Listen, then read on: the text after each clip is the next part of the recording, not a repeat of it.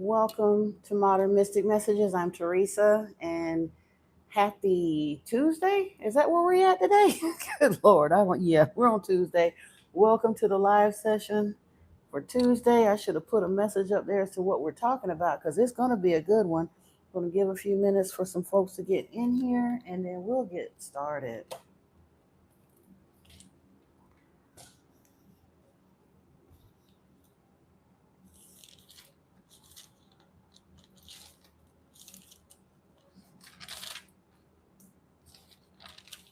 Hey, Amanda, welcome in, welcome in.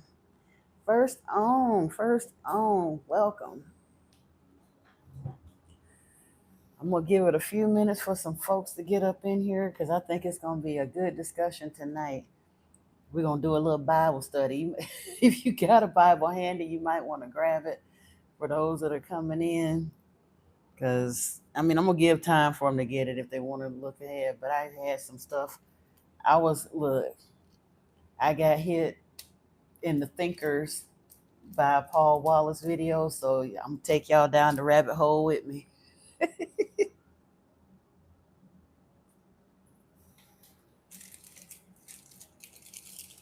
Welcome, welcome, y'all. Come on in, come on in. Grab me some incense, get rolling.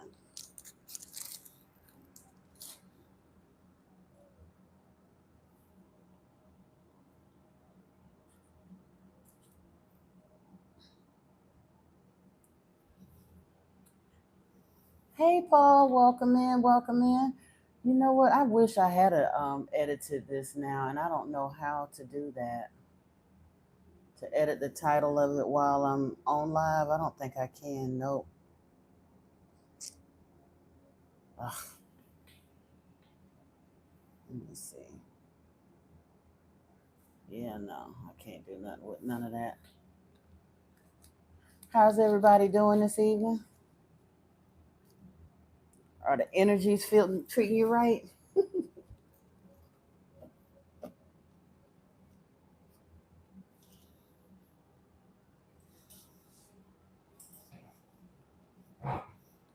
Good evening, environment. Welcome, welcome. How you doing today?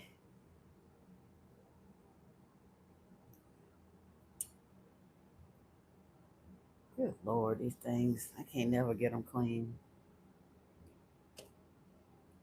I I was telling Amanda, if you got a Bible handy, you might want to grab it. You don't have to, because I'm going to read. But if you like reading alongside, especially if you're used to a different translation in the English Standard Version. But we are going to get into a little bit of scriptural discussion tonight, hopefully. Oh, I'm doing well. I'm doing well. You say tell the energy to behave, Paul. You know it ain't gonna. It's gonna do what it do. Yep. I'm doing pretty good. Also, I'm in a pretty good mood. I spent most of the afternoon in my head. I was supposed to be doing some readings and all that other stuff, but I decided to go and check on Paul Wallace's channel and Fifth Kind. I looked at several of them, and of course, yes, there's some stuff on Astro Legends I need to check on and all that. But Mr. Wallace been busy since I was on there last. I haven't been on his channel in a few weeks, but one of the videos that he posted on his channel, I started listening to today, and excuse me, it went along with some of the things that I have been talking about lately about the nature of Yahweh. It was like further insight into that, and he went into some scriptures, and I was like, yeah, no, I think we need to go over all of that because I do understand that not not everyone that comes into my live streams or on the channel period, some folks are still in the process of trying to decide, trying to get over the guilt of turning their worship gene off. They don't know if they should turn their worship gene off or not. They, like you said, the trolls come in and they clutching their Bibles and their pearls, and they feel like I'm being blasphemous and all of that. But it really, hey CC, welcome in, sis, welcome. In my opinion, it does help to go back over these scriptures and actually read them with a different context outside of the hype of religion. Just actually read it and see what it says. Because, like Mr. Wallace brought out, when you get to a point that in order for you to justify worshiping Yahweh, you have to justify the things that he's done. And in church, it's done so smoothly that we forget. But outside of that, if we can go back and actually read the scriptures with a little bit more historical context than we had before, with a little bit better understanding of the translations and the mistranslations than we had before, then it kind of helps us. Now, one of the things, even before I got into Mr. Wallace's discussion, one of the things that I kept thinking about the other day when we were reading in Amos, yeah, it was in Amos. When we were reading in Amos, the converse about how Yahweh was talking about destroying the neighboring cities around them, and that was all cool and all that, and how he hated the sons of Edom, for they had provided refuge to the sons, the basically the sons of Esau. And that reminded me of that scripture: Esau have I hated, Jacob have I loved. And I have forgotten, like you said, basically Jacob is Israel. That's Israel right there. And again, Esau and Jacob were twins. But Esau's people became the Edomites, and they didn't rock with Yahweh.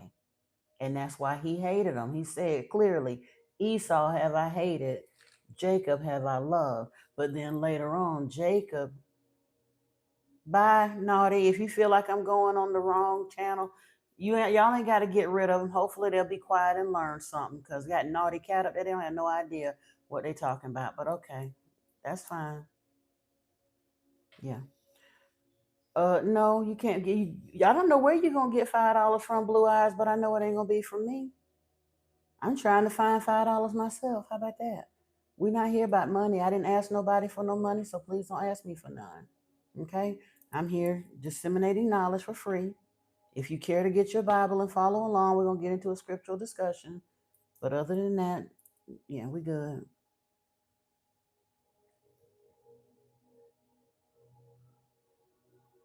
But who comes into a live stream? You know that live streamers do so.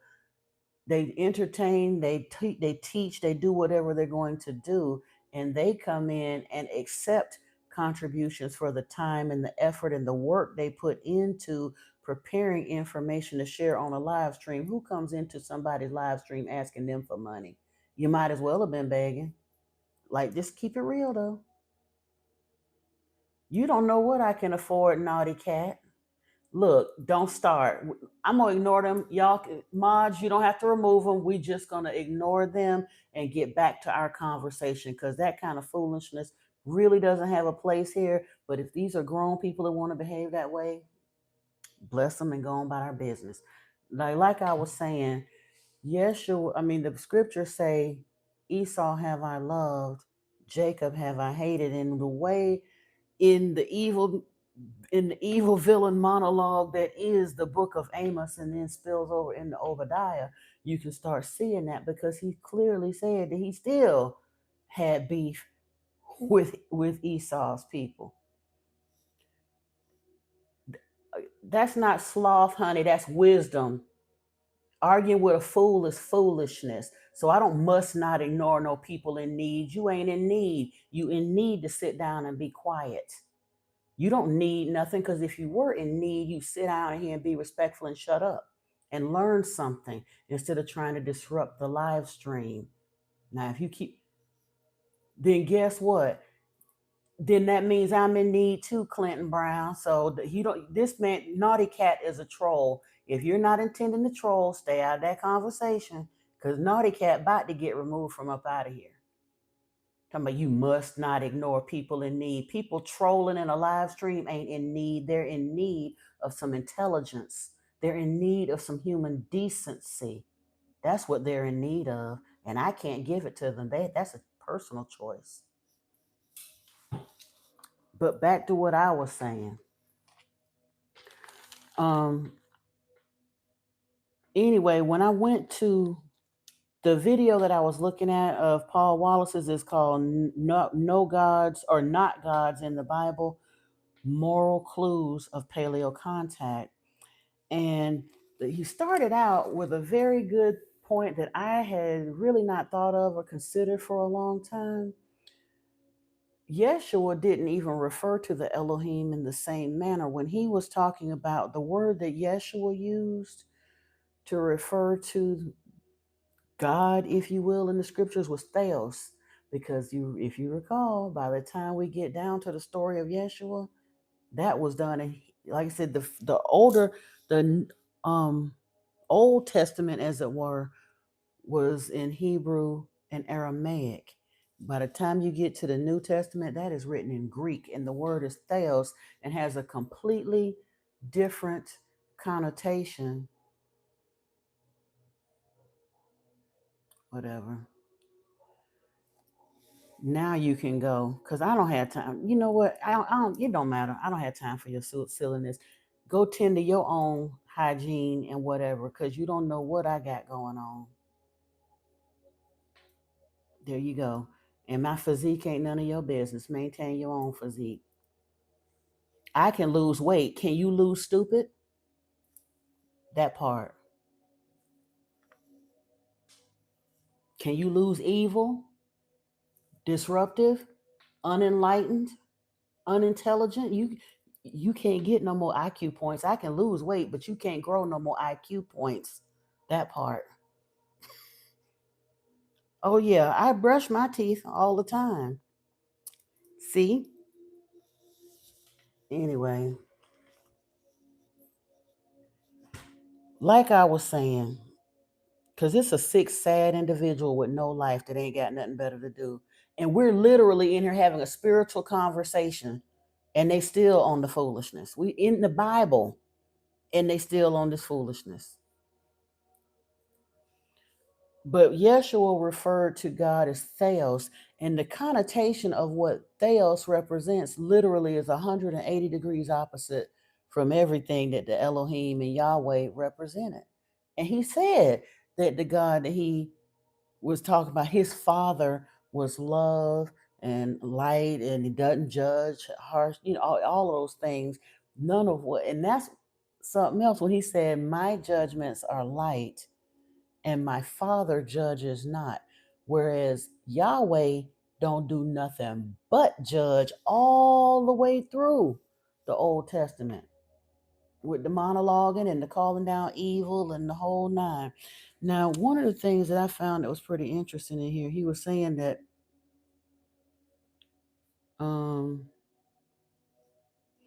like I said, but the use of that different word theos as opposed to Elohim, not only is it a language difference from the Hebrew to the Greek, but the connotation there that makes it kind of, because I mean, Yeshua was a Jew, so he spoke both. Hey, Michael Stevens, welcome in. So it's obvious he could have chosen the word Elohim if he had chosen to, but he didn't. He used theos. So it just shows that he was referring to something different than what the Jews was talking about. But he started out talking about the nature of Yahweh and some of the things that he did. And he was talking about how Yahweh was very attuned to various of the Elohim, but the scriptures talk about Yahweh. So, hey, Douglas, welcome in, welcome in. It was talking about how different ones of the Elohim, different smells attracted them and they liked. And we've talked about that before, how Yahweh loved his barbecue, that part.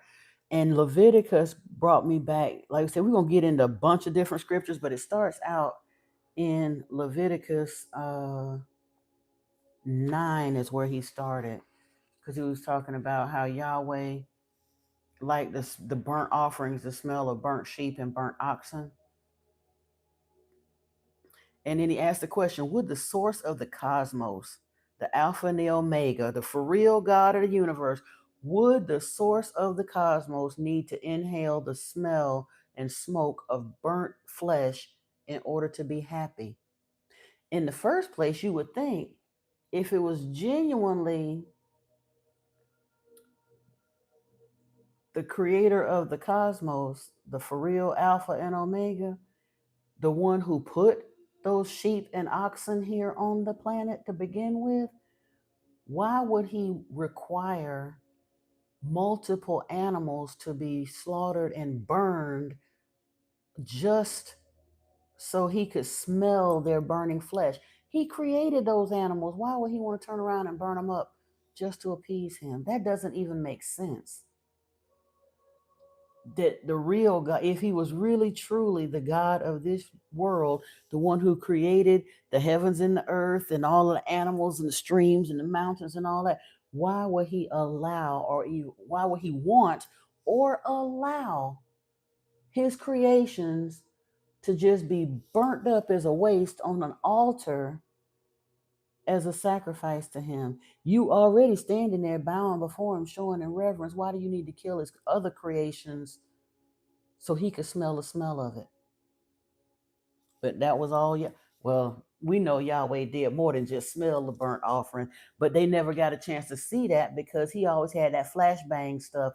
And in Leviticus, it talks about an occasion where they put the altar, they did all the rest of that stuff. And then towards the end, after they had done their various sacrifices, the fatty part and the long part of the liver and all of that, they decked it out on the breast portion of the idol or whatever that was up there.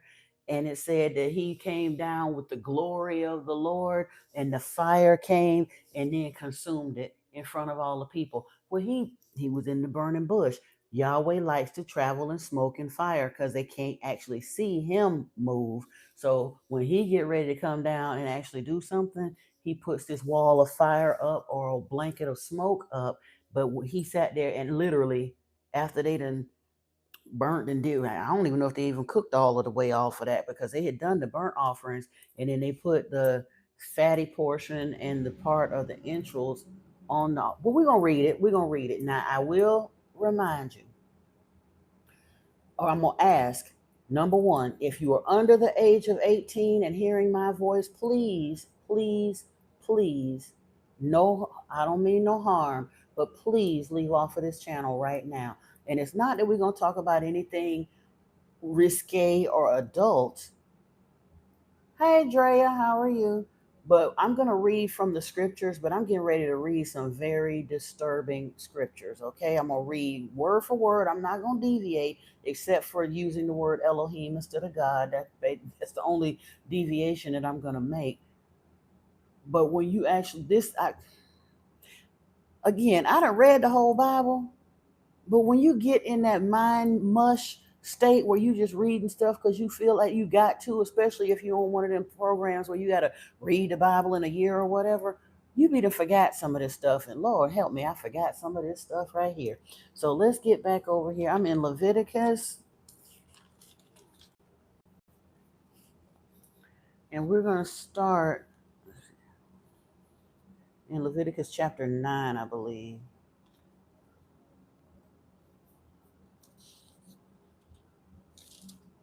Hold on, I got to get some brighter light up in here because I can't be. These eyes don't be playing. I hope that ain't too much light on the other side for that, but yeah, I need to see.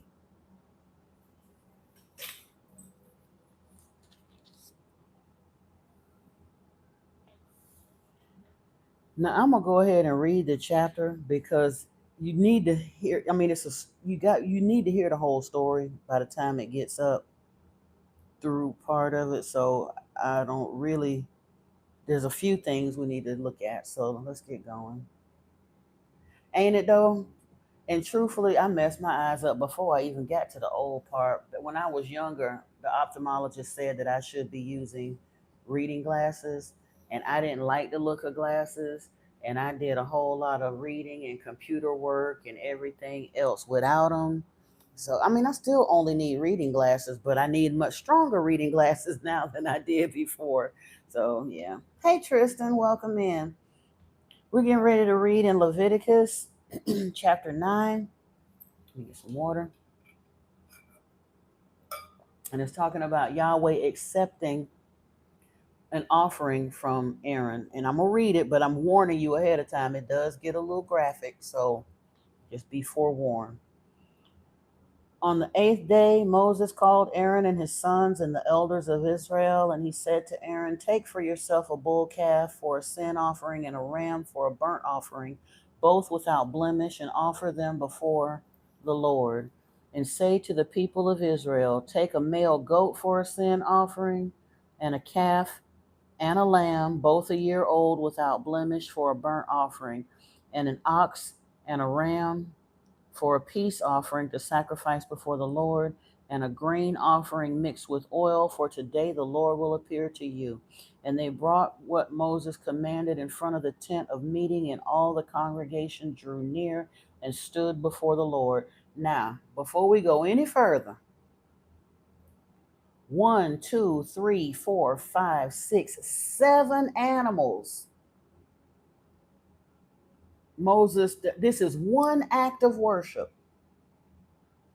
to appease Yahweh. One.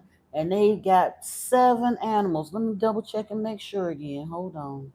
A bull calf, a ram,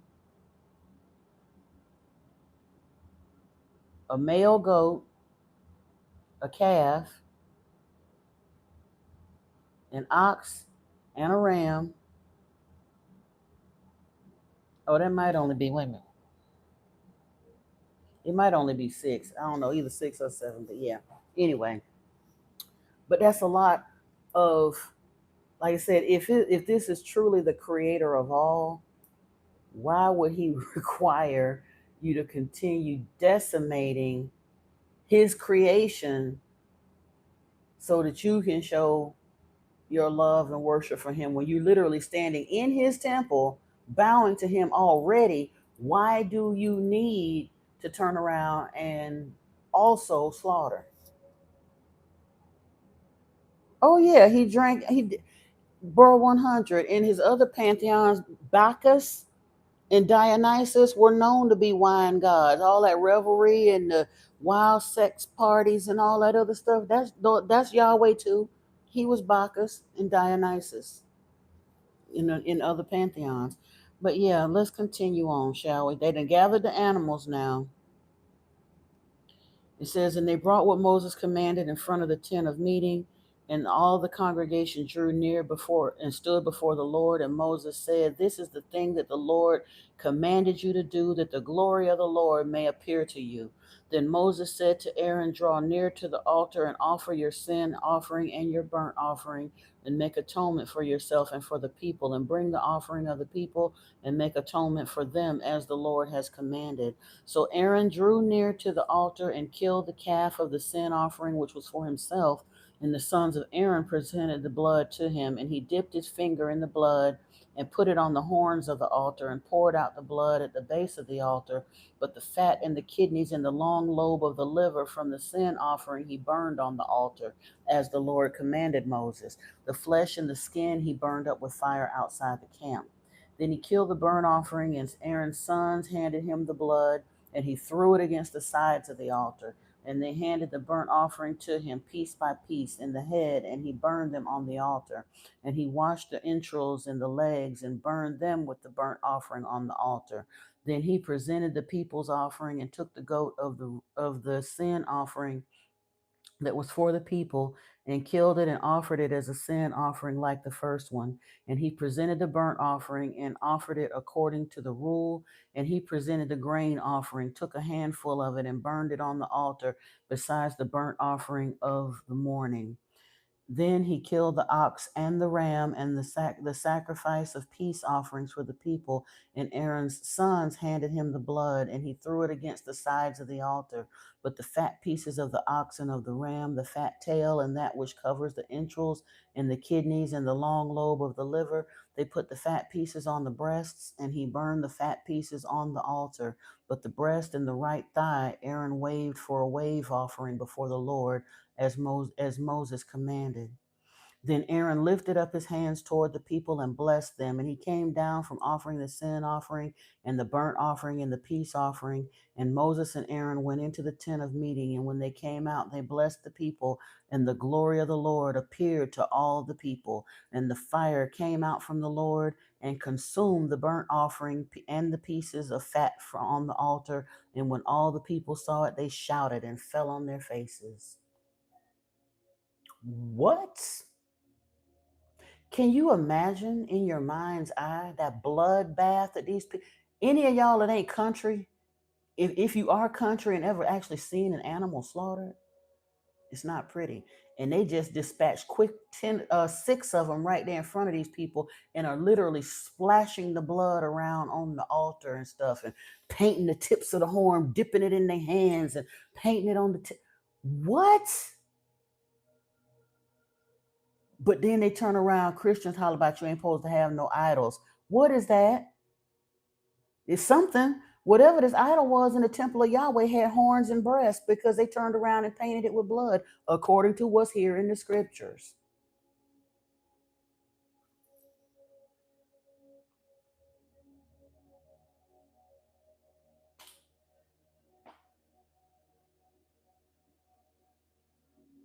Hey, Vicky, welcome, welcome.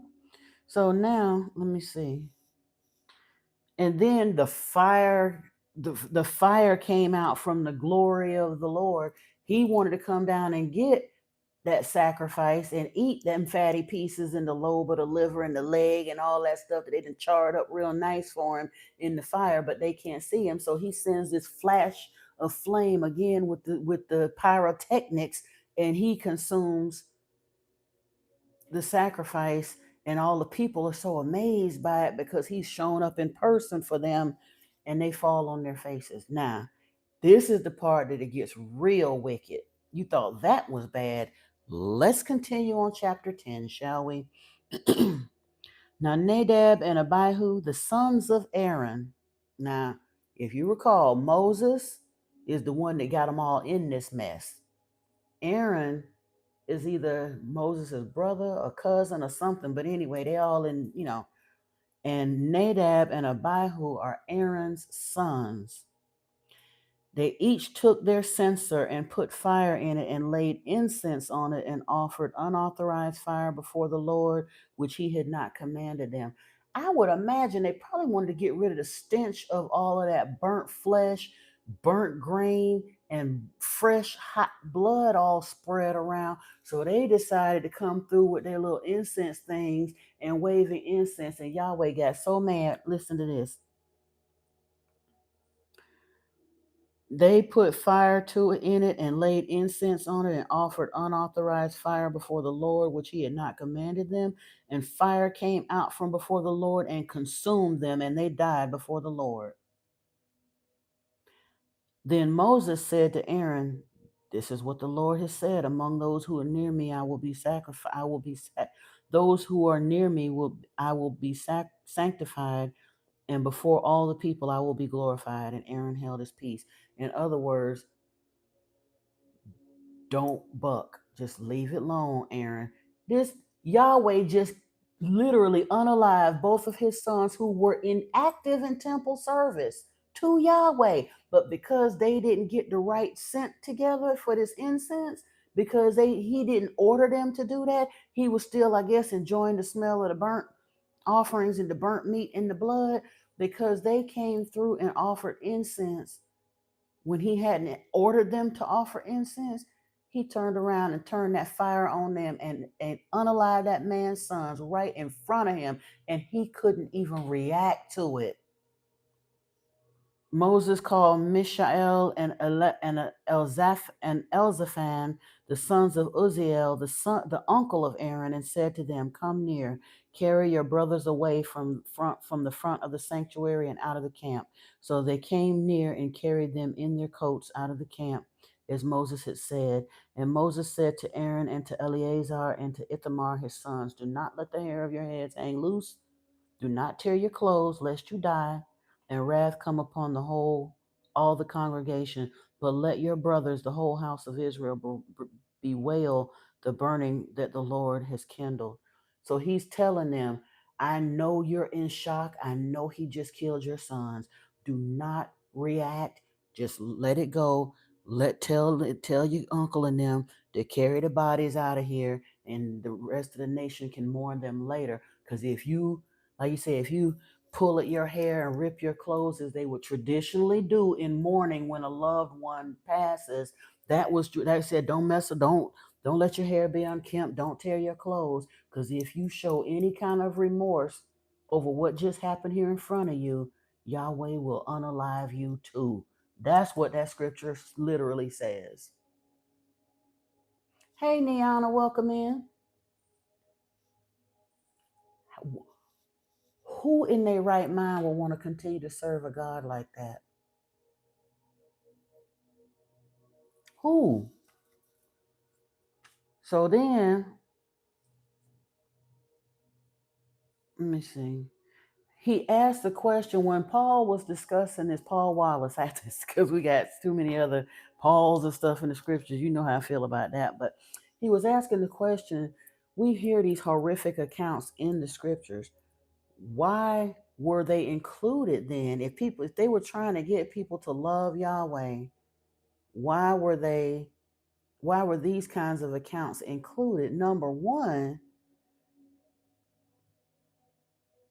in my opinion, now he didn't say this in the video, but I have to realize, because I grew up in an organization that still very much fears Yahweh.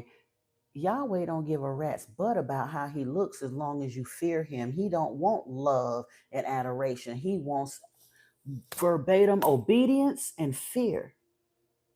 And so once these people were in it, just like the nation of Israel, they hadn't even got the rule book yet on how to serve Yahweh, and he was threatening to kill all of them at the foot of Mount Sinai. But once you done said out your mouth that you'll serve him, there is no take backsies. The only way you get out of Yahweh is when you get unalived off this planet. That, according to him, that's the way he sees it. That's the only way you get out of serving him, is when you no longer are alive. So even though they had agreed to literally worship the very devil, they couldn't get out of it. But he also mentioned the fact, or he suggests that one of the reasons, even though it's a very inconvenient story, one of the reasons that it was included in the Bible canon is because it was such a polarizing event, if you will, or such a shocking thing that happened, that the legend of that story continued to live amongst the people. There was a cultural memory for that story, so they really couldn't leave it out. As inconvenient as it is, it's a whole lot. Like I said, there's some stuff, and he mentioned some other stuff too, and we'll get into that later on. But they continued. Like I said, the story was in there because it was a legend. People still remembered that story. You ain't gonna mention Yahweh and just gloss over that like it didn't happen. There was too many witnesses there that saw it. They was all in there trying to worship and appease him, and instead they literally done offered up 6 entire animals in sacrifice to him to show their service to him. And that wasn't enough for him. He got pissed off and took 2 human lives in this same event right there in that temple. Crazy. Now, one of the things that I went and looked at, I skipped over a little bit. I'm trying to see. We probably will wind up back in part of Leviticus, because he does mention some scriptures towards the end. But it also goes to, I got the Roman. He had mentioned something in First Kings, and then I started reading, kind of extra reading that happens to me sometimes. Or I think he mentioned something in Second Kings, and I went backwards into First Kings. But in any event, we're gonna go there. Yeah, what he was talking about was he started in Second Kings, where Elijah was denouncing Ahaziah. But I went back and I was reading in First Kings chapter 22. It's giving the account of King Ahab being killed in battle. But it's interesting because he was, treacherous and cold blooded. Well, we saw that in the the way he was talking smack to the nation of Israel in the book of Amos the other day, and in Obadiah as well. But this account right here, both of these accounts, well, the one that I just mentioned and what I'm getting ready to mention, is like you said, it's right, it's been right here all the time, but the way the preachers gloss over this stuff, you miss it. You really miss it. Because again, when we look at an us and them scenario, Christianity teaches us to read this as if the Jews are our fellow brethren in worship of Yahweh. Because truthfully, that's what Christianity turned around and did. The Jews worshiped him as Yahweh. Christianity remixed him into Jehovah, but they're basically saying this was physical Israel, and Christians have become spiritual Israel. And the nation of Israel was very accepting of people that came into them as long as they kept the Israelites' law. And that's where Christians really messed up. Because Paul told them that Yeshua was unaliving his sacrifice, absolve them of the law. Yes, and Yahweh flat out told the Jews he never released them from the need to keep the Passover. They weren't released from the law. Paul didn't have the authority to release Christians from the law. Any spiritual Israelite that wants to please Yahweh must keep the Mosaic law and become a spiritual Israelite, regardless what you choose to call it. But anyway, the prophet Micaiah was prophesying against Ahab, and apparently this was a prophet of Yahweh. And Yahweh, it said the messenger went to summon Micaiah and said to him, "Behold, the words of the prophets with the one accord are favorable to the king. Let your word be like the word of one of them, and speak favorably." This is starting around verse 13 of chapter 22 in First Kings, if you want to follow along. But Micaiah said, "As the Lord lives, what the Lord says to me, that I will speak." And when he had come to the king said to him, "Micaiah, shall we go to Ramoth Gilead to battle, or shall we refrain?" And he said to him, "Go up in triumph. The Lord will give it into the hand of the king." But the king said to him, "How many times shall I make you swear that you speak to me nothing but the truth in the name of the Lord?"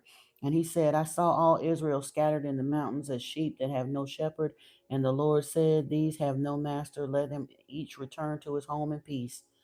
And the king of Israel said to Jehoshaphat, "Did I not tell you he would not prophesy good concerning me, but evil?" And Micaiah said, "Therefore hear the word of the Lord. I saw the Lord sitting on his throne, and the host of heaven standing beside him on his right hand and left. And the Lord said, Who shall entice Ahab that he may go up and fall at Ramoth Gilead?" And the one thing and another, and one said one thing, and another said another. Then a spirit came forward and stood before the Lord, saying, "I will entice him." And the Lord said to him, "By what means?" And he said, "I will go out and I will be a lying spirit in the mouth of his prophets." And he said, "You are to entice him, and you shall succeed. Go out and do so." So now Yahweh not only turned on his own, but he, like I said, he's turned around and sent a prophet to basically tell him, and sent one of his henchmen, a spirit, an angel of Yahweh, a demon, in other words, to put his telepathic notions into the so-called prophets of the king that were prophesying to the king, to cause them to lie to him, to cause his downfall.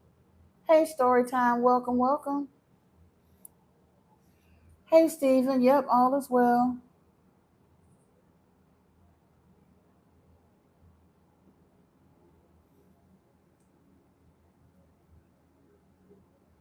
Yeah, I actually shared that in the I shared the clip of that in our WhatsApp group about 3 or 4 days ago, and it was it was a piece on YouTube that had some of the congressional testimony and stuff in it. Yeah, I'm aware of that. But back to what I was talking about. Yeah, so Basically, Yahweh sat here and set the deck against Ahab to make sure that Ahab died. Yeah, it deflected it. Probably. I mean, listen, again, people losing their minds about that. That's nothing new. UFO's been on this planet ever since this planet had humans on it. And we've been seeing them, and the government been denying it. They just can't deny it anymore because so many things have been declassified, and everybody and his mama got a cell phone, and people are just not, they just not willing to continue trying to ignore it. But they've been talking about us having first contact and all. There ain't no first contact. They've been here, and the government been working with them. Anybody that don't think that we've already had contact, hey Weston, welcome in, welcome in. Anybody that doesn't believe that we've had contact really ain't using their thinking capabilities. How do you think that we went from burning, riding horses and burning pigs' fat to see, to having electricity, satellite, television, Wi-Fi, microwaves, aluminum foil, cell phones, computers, all the rest of that in less than 200 years' time if we didn't have some kind of off-planet technology? We ain't that smart, y'all. We ain't. Not by ourselves. We're just not.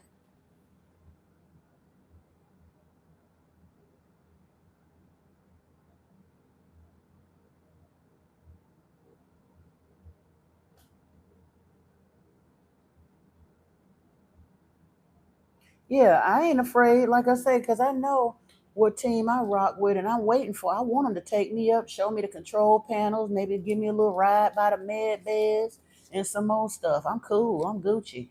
Years ago, I had a dream. I told y'all I see craft in my dreams a lot, a lot. Okay, when I do remember my dreams, but years ago, I had a dream that some beings landed, and it's so weird because in the dream I called them, or they were called, I didn't call them that, but in the dream they were called desiccating, wait a minute, oh I forget, something vegetation, but they literally look like walking talking, like Chinese broccoli, like broccolini. They look like tall human sized stalks of broccolini, and but they would basically land and then kind of like a duck imprints on a human or whatever, or the first thing it sees it imprints with. It was like that when they came to Earth, they would imprint on whatever they saw. And of course, if you, and I was running around trying to explain to people, if you become aggressive, they'll be aggressive. If you are friendly and loving, they'll be friendly and loving. But of course, people got mad and wanted to try to start chopping them and acting a fool and all the rest of that. We might as well understand there's no need to try to fight any quote unquote extraterrestrials that try to come in contact with us. If they have the technology to fly a ship into our atmosphere and land here, then they, trust me, they got the technology that if they wanted us unalive, we would have already been so. Please don't get it in your head like the government thinking you're going to fight an alien agenda. Stop it. Stop it, people.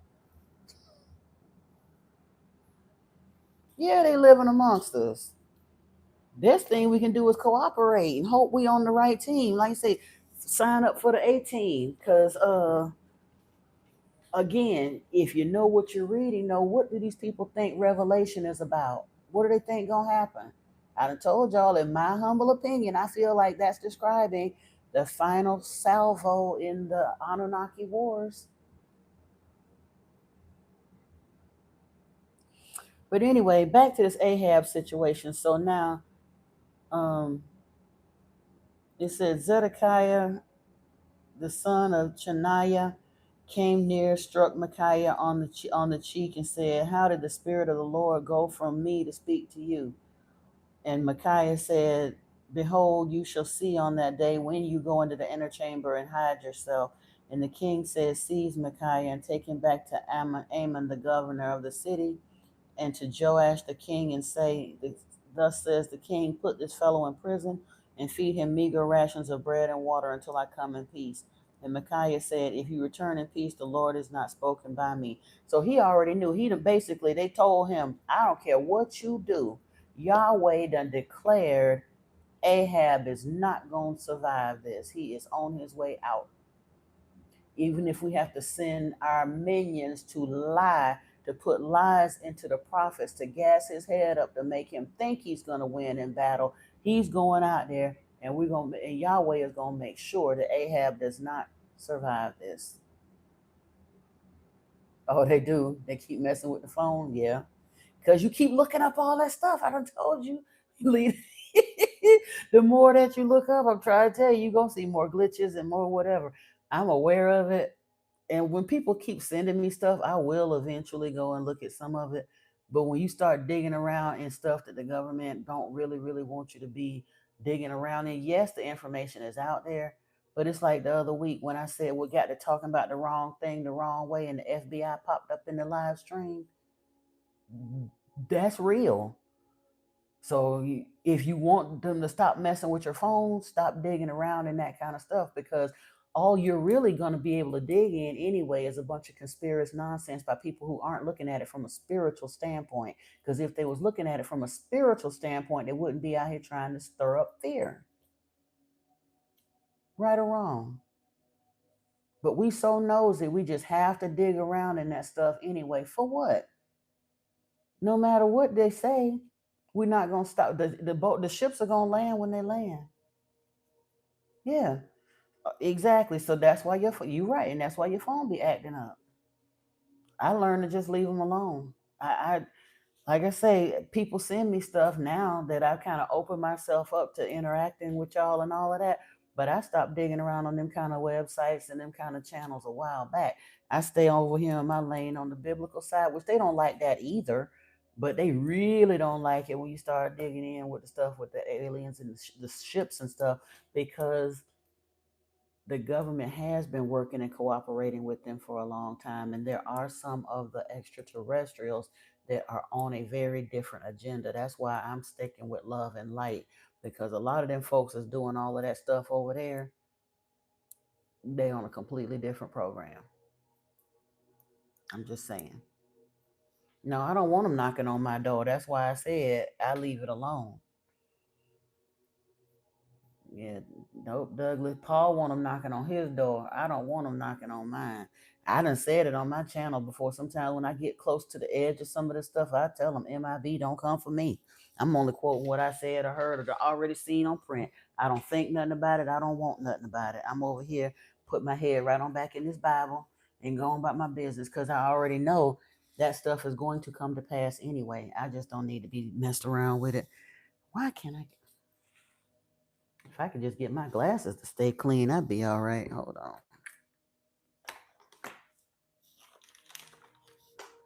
What in the world?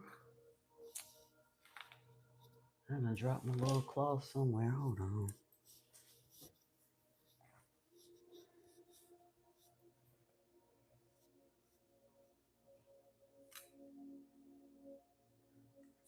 Okay.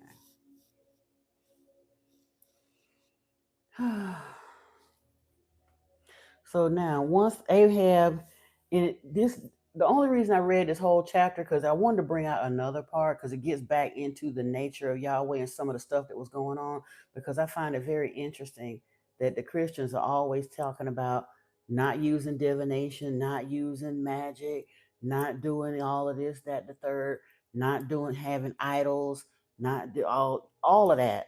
And everything they be busy talking about you ain't supposed to do, Yahweh did it first, and in a big, big, big way. So now, when they get here on the battleground, it says, the king of Israel and Jehoshaphat, the king of Judah, went up to Ramoth Gilead. And the king of Israel said to Jehoshaphat, I will disguise myself and go into battle, but you wear your robes. And the king of Israel disguised himself and went into battle. Now the king of Syria had commanded the 32 captains of his chariots, fight with neither small nor great, but only with the king of Israel. And when the captains of the chariots saw Jehoshaphat, they said, it is surely the king of Israel. So they turned to fight him, and Jehoshaphat cried out And when the captains of the chariot saw that it was not the king of Israel, they turned back from pursuing him. But a certain man drew his bow at random and struck the king of Israel between the scale armor and the breastplate. Therefore he said to the driver of his chariot, "Turn around and carry me out of the battle, for I am wounded." And the battle continued that day, and the king was propped up in his chariot facing the Syrians until at evening he died. And the blood of the wound flowed into the bottom of the chariot. And about sunset, a cry went through the army, every man to his city and every man to his country, just like Yahweh said they would, because they don't have a leader no more. Ahab is gone. So the king died and was brought to Samaria, and they buried the king in Samaria, and they washed the chariot by the pool of Samaria, and the dogs licked up his blood, and the prostitutes washed themselves in it, according to the word of the Lord that he had spoken. Now the rest of the acts of Ahab and all that he did, and the ivory house that he built, and all the cities that he built, are they not written in the book of the chronicles of the kings of Israel? So Ahab slept with his fathers, and Ahaziah his son reigned in his place. And Jehoshaphat the son of Asa began to rule over Judah in the 4th year of Ahab the king of Israel. Jehoshaphat was 35 years old when he began to reign. He reigned 25 years in Jerusalem. His mother's name was Azubah, the daughter of Shilhi. He walked in all the way of Asa, his mother. He did not turn aside from it, in doing what was right in the sight of the Lord. Yet the high places were not taken away, and the people still sacrificed and made offerings on the high places. Jehoshaphat made peace with the king of Israel. Now the rest of the acts of Jehoshaphat and his might that he showed, and how he warred, are they not written in the book of Chronicles of the king of Judah? And from the land he exterminated the remnant of the male cult prostitutes who remained in the days of his father Asa. There was no king in Edom. A deputy was king. Jehoshaphat made ships of Tarshish to go to Ophir for gold, but they did not go, for the ships were wrecked at Ezion Geber. And Ahaziah the son of Ahab said to Jehoshaphat, "Let my servants go with your servants in the ship." But Jehoshaphat was not willing, and Jehoshaphat slept with his fathers, and was buried with him. That just basically means he left. When is it? Oh, it's 11:11 your time. Awesome. It's 9. It was 9:11 over here, but yeah. So the thing that got me, they was talking about the temple prostitutes, but the whole ritual, the dogs and the blood, and then them washing themselves in the blood and all it, because they didn't carry out the word of Yahweh. Now it's interesting though, because it does say that Jehoshaphat he did follow in the way of Asa his father. He did what was right in the sight of the Lord. But some of the other ones didn't, and when they don't do what Yahweh said, then they're painted as wicked. Oh, this part here. Ahaziah, the son of Ahab, began to reign over Israel and Samaria in the 17th year of Jehoshaphat, king of Judah. And he reigned 2 years over Israel. He did what was evil in the sight of the Lord, and walked in the way of his father, and in the way of his mother, and in the way of Jeroboam, the son of Nebat, who made Israel to sin. Well, sin only means missing the short mark of perfection, which according to even Yahweh said even the Israelites could not keep the Mosaic law. It was designed to be so difficult, nobody could actually keep it perfectly. So he set them up to fail to start with. But as long as they were still claiming to serve Yahweh, then it would be all right. But, hey, Daily, whoever you are. Absolutely, Vicky. Lord Shiva in India is Lord Enki. Yeah. I think Vishnu is Yeshua. So yeah. But it says here that Ahaziah served Baal and worshipped him and provoked the Lord, the God of Israel, to anger in every way that his father had done. So this is where it started getting interesting to me, because let me see, what did I write? I wrote some notes here. Yeah, he was painted as evil. Ahaziah was painted as evil in the sight of the Lord because he didn't choose Yahweh. He reverted back to the worship of his forefathers. He chose to worship Baal. Now, interestingly enough, it's kind of ironic to me because he was deemed evil for worshiping Baal when Yahweh, for a time, had absorbed and assumed the identity of Baal. Because truthfully, or Baal, whichever you want to call it, initially, Baal was worshipped in the temple along with Yahweh. Asherah, Yahweh, and Baal was all worshipped together under one roof. But Yahweh, in his fit of jealousy, eased out Baal and eventually eased out his goddess wife, Asherah, as well. And or he wanted to, because Asherah was very popular and she wasn't about all of this killing and this and that and all that other. She was loved. It is said, and the thing that I was watching with Paul Wallace, and I'm gonna go back over this information, and I will also um, pin the or link that video to the upload that I'm going to do regarding this. But he was saying that anthropologists, the archaeologists and stuff during that time period, and we're talking about like 800 to 700 BC, this was the time period that all this stuff was happening. And during that time period, that was like the most popular of like the religious worship artifacts that are found are relics of Asherah, not Yahweh.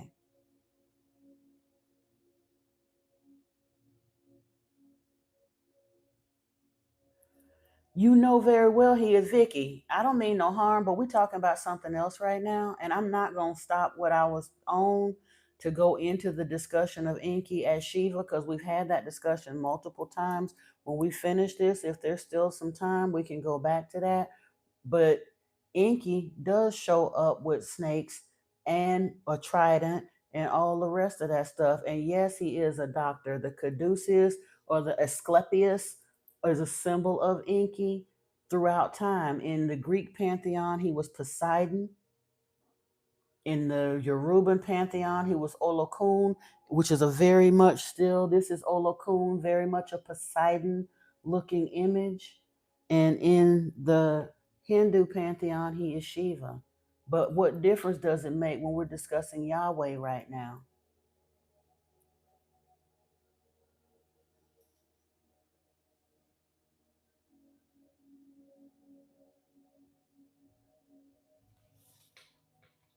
And the real Enki is a doctor. He is the prime geneticist.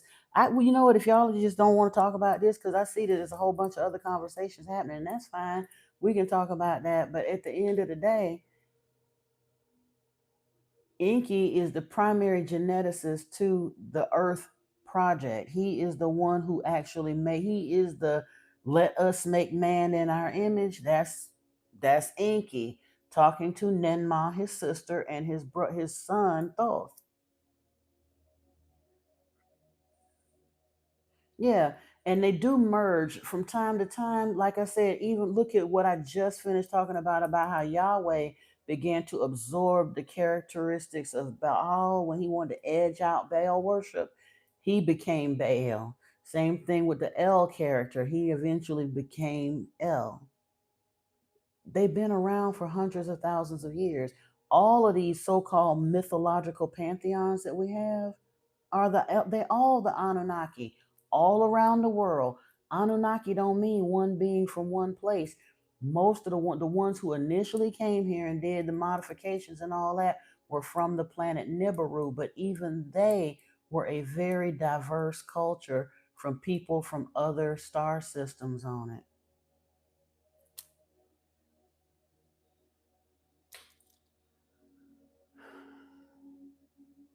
In the Hindu, they show him as a destroyer, but for destroy to do what? To rebuild.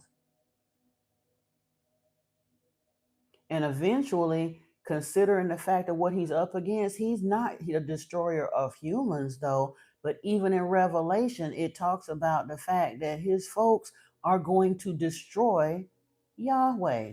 So if you can accept all of the mess that Yahweh done did, why wouldn't you understand that at some point in time, Shiva Inky might have to get his hands a little dirty too, in order to actually champion humanity's cause, to right some wrongs.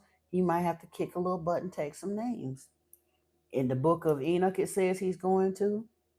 In Revelation, it says he's going to. And in the Hindu pantheon, he's going to.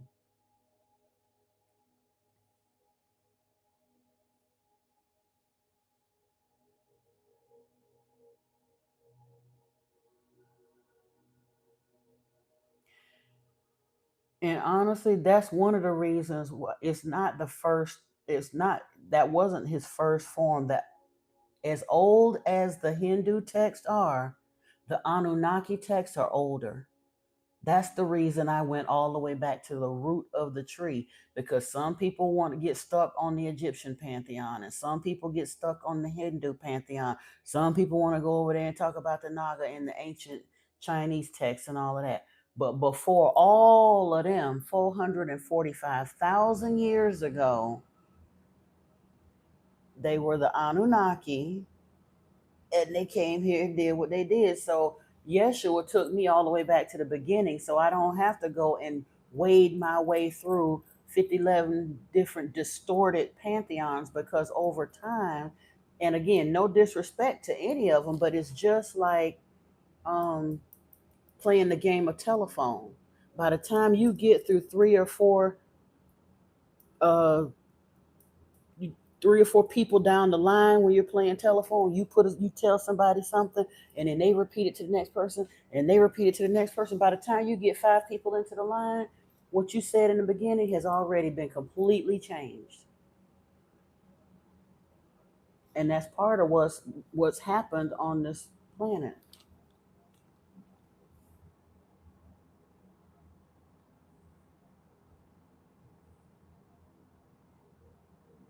I don't know what you're talking about a stamp, because it ain't, a stamp on the palm ain't got nothing to do with what I'm talking about. I was talking about, because truthfully, at the end of the day, they've been around for a while, and there have been several iterations or chapters in the Anunnaki breeding program, and it doesn't boil down to race or nationality at all. Those are that's human construct. It boils down to our intelligence, our ability to turn off our worship gene and to understand this stuff. Yeah, we are all one, exactly.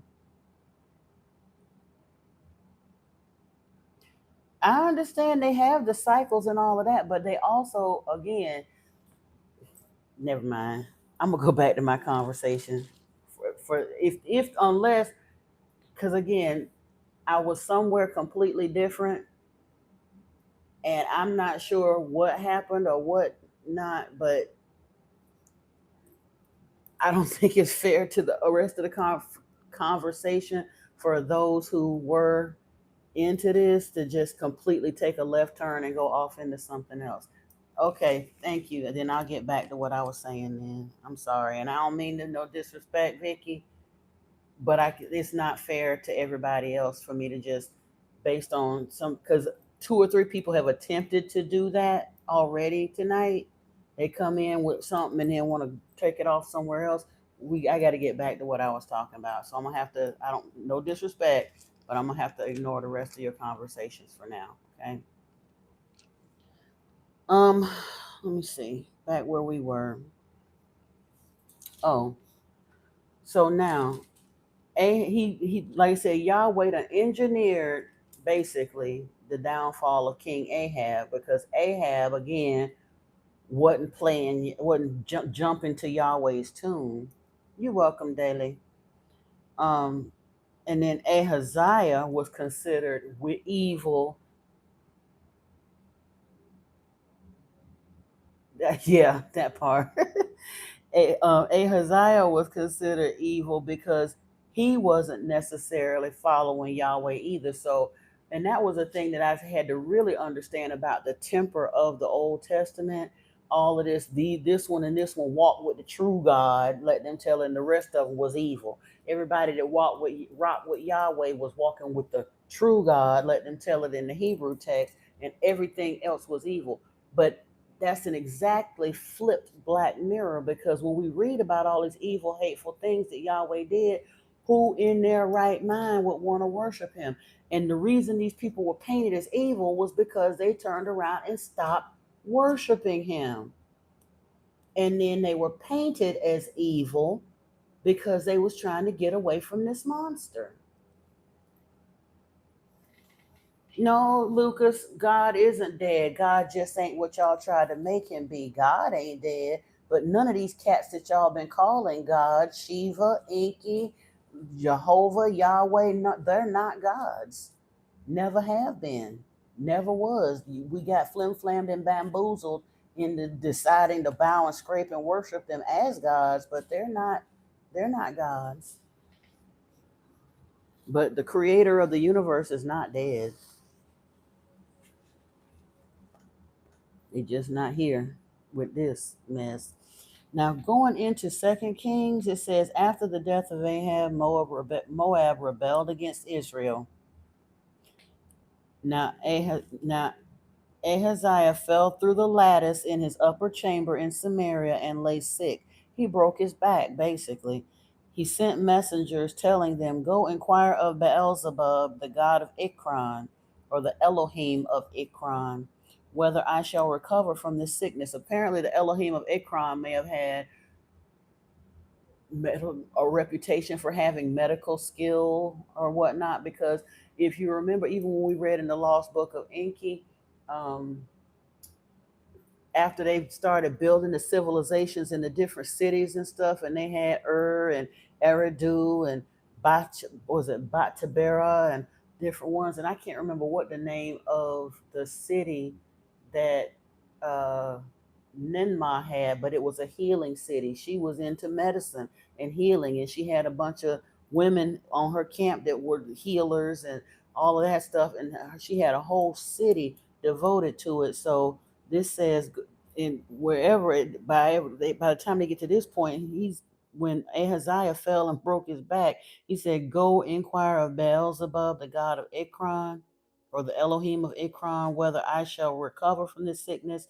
But the angel of the Lord said to Elijah the Tishbite, arise, go up, meet the messengers of the king of Samaria, and say to them, is it because there is no God in Israel that you are going to inquire of Beelzebub, the god of Ekron? Now, therefore, thus says the Lord, you shall not come down from the bed to which you have gone up, but you shall surely die. So he's so jealous. He has no medical capabilities, no healing capabilities, ain't never been interested in healing nobody at all, ever in the Bible. Has he ever talked about healing anybody, offering any medicine or anything else? All he brings are plagues, curses, scourges, and unaliving lies everywhere. So this man is basically trying to find a doctor to heal him. And he's so jealous that when he gets wind of Ahaziah trying to go and contact the Elohim of Ekron for healing, he turned around and tell Elijah to go tell him, oh, so now what am I? What am I? Chopped liver? You going over to Ekron to try to go get some healing? For that, you'll never get up out that bed. You're going to die in that bed. I'm not going to heal you, and they ain't going to heal you neither. What kind of nonsense? Okay, so the messengers returned to the king and said to them, why have you returned? And they said to him, there came a man to meet us, and he said to us, go back to the king who sent you and say to him, thus says the Lord, is it because there is no God in Israel that you are sending to inquire of Beelzebub, the god of Ekron? Therefore you shall not come down from the bed to which you have gone up, but you shall surely die. He said to them, what kind of man was he who came to meet you and told you these things? They answered him, he wore a garment of hair with a belt of leather about his waist, and he said, it is Elijah the Tishbite. Then the king sent him a captain of 50 men with his 50. He went up to Elijah who was sitting on top of a hill, and said to him, O man of God, the king says, come down. But Elijah answered the captain of 50, if I am a man of God, let fire come down from heaven and consume you and your 50. Then fire came down from heaven and consumed him and his 50. So the king then sent out an armed entourage to try to go and inquire of Elijah, why in the world did you even say this? I'm just trying to go and inquire of the Elohim of Ekron so I can get healed. And Yahweh was so serious about not letting that man get healing that now not only did he not let him get healing, he then killed 51 of this man's troops that was trying to go get a message to the Elohim. And again, the king sent another captain of 50 men with his 50, and he answered to him and said, O man of God, this is the king's order, come down quickly. But Elijah answered them, if I am a man of God, let fire come down from heaven and consume you and your 50. Then the fire of God came down from heaven and consumed him and his 50. And I'm going to ask you one more time, what kind of God is this? He done literally killed 102 men over a jealous fit because this man fell through the roof of his house and broke his back and is trying to get some healing that Yahweh obviously can't and ain't gonna give him. But because the man dared to go and try to get healing somewhere else, he's condemned that man to die, and then turned around and actively went and consumed by fire 102 soldiers that were sent to try to go get this man some help. Wickedness. But the ones who don't follow this man, this person, they're painted as wicked, and he's righteous, he's all knowing, he's all good. But like Paul Wallace said, and if you can justify that as being good, then that's how you wind up justifying all of the other evil stuff we see in the world that Yahweh tolerates and endorses. Worshiping a monster makes a monster out of us. Of course, it was fire from a weapon. Yahweh, like I said, he was the one that determined that we were never to see their faces. So they did a lot of the flashbang stuff in the Lost Book of Enki. Remember, they come with the whirlwind, they had the spaceship. In the Vedic text, they talk about them traveling in the Vimanas and stuff. In the scriptures, they had the vehicle with the wheel within the wheel. But when Yeshua was baptized, Enki appeared in a cloud. At the transfiguration, he appeared in a cloud, smoke, clouds and smoke. Yahweh liked the smoke sometimes, but more often than it was he hid himself and traveled by a cloud with the nation of Israel when they was roaming through the desert. Remember when he gave them the manna and stuff? Every day that's how they roamed their way around. That's why I say he led them lost for 40 years, because they was following the cloud that Yahweh put out there. And he took them on a trip that shouldn't have took them no more than 11 weeks. And he led them people around in the desert for 40 years. But he appeared to Moses in the burning bush. He appeared to, I think he appeared to Abraham in the bush or the cloud or something up on the mountain. He was in the fire, all of them.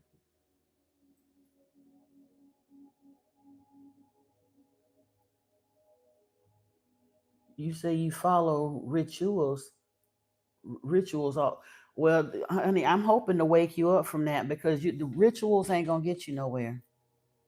Following rituals ain't gonna get you nowhere but stuck in service to Yahweh. That's one of the reasons I don't mess too much with Hinduism too much, because along the line, as it went by with all the deities and stuff, it's gotten somewhat diluted, and there's so much ritual involved in it that it begins to smack of a little bit of religiosity. What is rituals? What is that?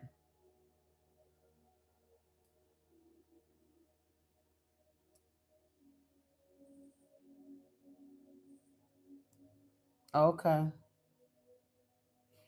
Oh, you said you following righteous, maybe? Right way. Okay, yeah, just being right. That's a good way to be. Because truthfully, if you follow the way of Christos, then yeah, you'll be righteous. And that's why I said people stop looking for God and start looking for Christ, because Yeshua told us what to do. We don't have to do all in rituals and stuff. He said, love the Elohim, or love his Father with your whole heart, soul, mind, and strength, and love your neighbor as yourself. And if you actually did those two things, everything else will take care of itself. It's easy. Like I say, ain't got to be the Mosaic law and all that other nonsense. Just live by love.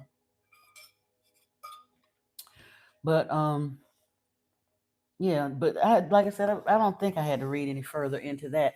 I just thought that was just, like I said, it's more of the nature of Yahweh. The nature of Yahweh. The more I read and go back in these scriptures, you see how bloodthirsty and how unfair he really is, and murderous. Like, just, it's ridiculous. Now, I'm trying to think. Second Kings, I wrote this down for some reason. Hold on. I wrote down Second Kings 17. There was something I was looking at in there as well.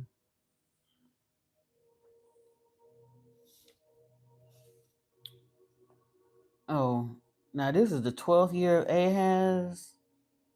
But this is where the nation of Israel finally falls. It says, in the 9th year of Hoshea, the king of Assyria captured Samaria, and he carried the Israelites away to Assyria and placed them in Halah and on the Habor, the river of Gozan, in the cities of the Medes. And this occurred because the people of Israel had sinned against the Lord their God, who had brought them up out of the land of Egypt from under the hand of Pharaoh, the king of Egypt, and had feared other gods and walked in the customs of the nations whom the Lord drove out before the people of Israel, and the customs of the kings of Israel had practiced. But here's the thing, he didn't protect them ever when they were trying to worship him. So eventually he let them down and let them down and talked crap to them and did them so dirty till they all just kind of fell off from worshiping him. He hated Esau from the beginning because Esau had sense enough not to follow in his grandfather's steps.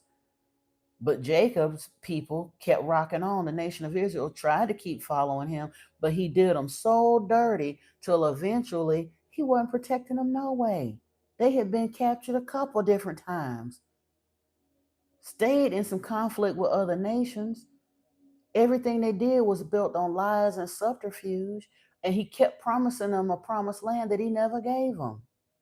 So eventually they just stopped worshiping him, and they went into captivity. Now the scripture's going to put a spin on it, like they do in that true Babylonian style, try to let you know, oh, it's the nation of Israel's fault. The reason that happened to them was because they stopped worshiping Yahweh. No, they stopped worshiping Yahweh because he didn't have a back. The captivity part was just a collateral damage because they was going into captivity anyway. Unfortunately, y'all, Enrique, if he had truly been a communist, he would have taken better care of his people, most likely. Somewhat, anyway, or at least a socialist. Yahweh was an absolute dictator who only cared about his barbecue, and he genuinely hated humans. That's why he treated them so bad. He demanded that they worship him. He was jealous, very vengeful, murderous, and absolutely bloodthirsty. But humans were a necessary inconvenience for him because he also did not want to get out there and have to take care of feeding himself and taking care of his house and all of those things that he would have done. All the rest of the Elohim had people worshiping them, so he wanted some people to worship him too. Except the other Elohim appeared to take better care of their people. Yahweh hated humans, so he didn't take good care of his people, but then he got mad at them anyway because they wasn't bowing and scraping and all in love with him. Go back and look at what we read in the book of Amos. He talked 100 miles worth of cold cash ish to them people about what all he was gonna do, but he didn't do none of that. He talked trash to them, and when they finally had enough and started going back to re-examining the Elohim that they great grandfathers and their grandfathers worshipped, then they was labeled as evil and had sinned against the true God. What's true about him when he been lying ever since he got in here? He started out his covenant with Abraham on subterfuge and lies. Did him dirty when he pulled him out of Israel. Lies, because he promised them what he never gave them. And then turn around and made all these ridiculous rules about how you got to bow and scrape to him. And again, that thing where he sat there and Aaron and Moses, he would not have had a people at all if it wasn't for Aaron and Moses.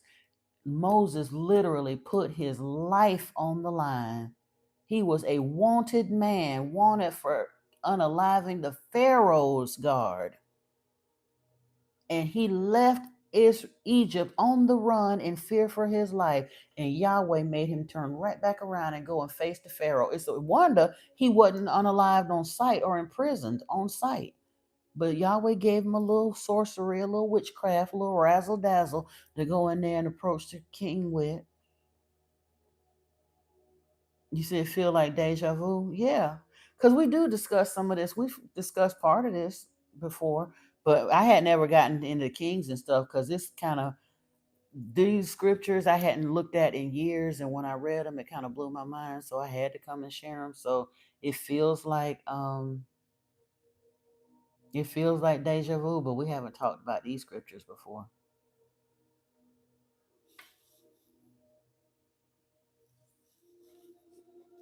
Oh, thank you, Storytime. I appreciate you. It just, like I said, it clicked something for me. So I told y'all, I promised you I would not gatekeep. So I had to come share. I had to come share. But let me get here because I think this is where it talks about Asherah, going back to Asherah. And that 2 Kings 17:6-23.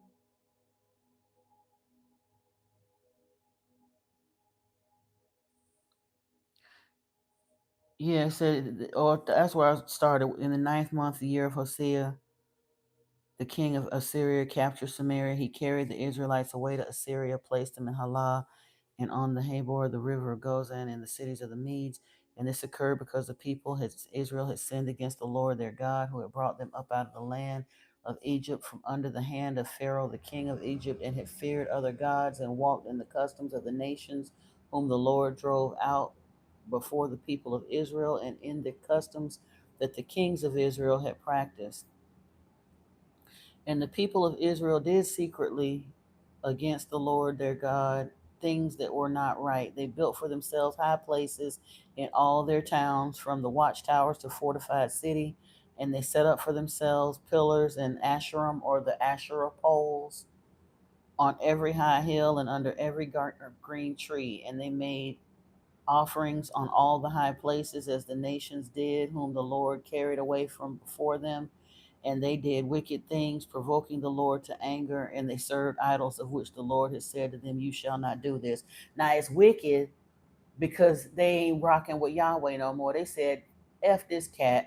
We going back to Asherah. She was much kinder and milder," and Asherah worship spread like wildfire over their lands again. Like I said, that is the most common relic artifact that they can find from this time period. They were images of Asherah.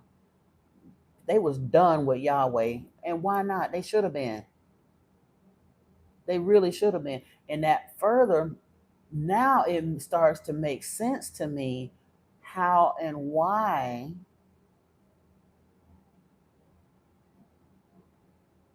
Constantine would have remixed the Yahweh story and put Yeshua in the middle of it as a Jew, to basically try to push forth the lie that Yeshua was the son of Yahweh, and therefore Yeshua was cool with Yahweh, and Christians should be too. Because, like I say, now that we realize that the physical Israelites really wasn't messing with him for a time period, they did wind up sucked back into the Yahweh thing, and God only knows. That's one of the reasons Yeshua was coming to him to tell them. Y'all was on the right track when you left him, but you done went back and started serving him again. You're worshiping the wrong Elohim. This cat don't mean y'all no good. He is a liar and the father of a lie. He is the devil. That is what he told them in John chapter 8. Good night, Douglas. Have a good one.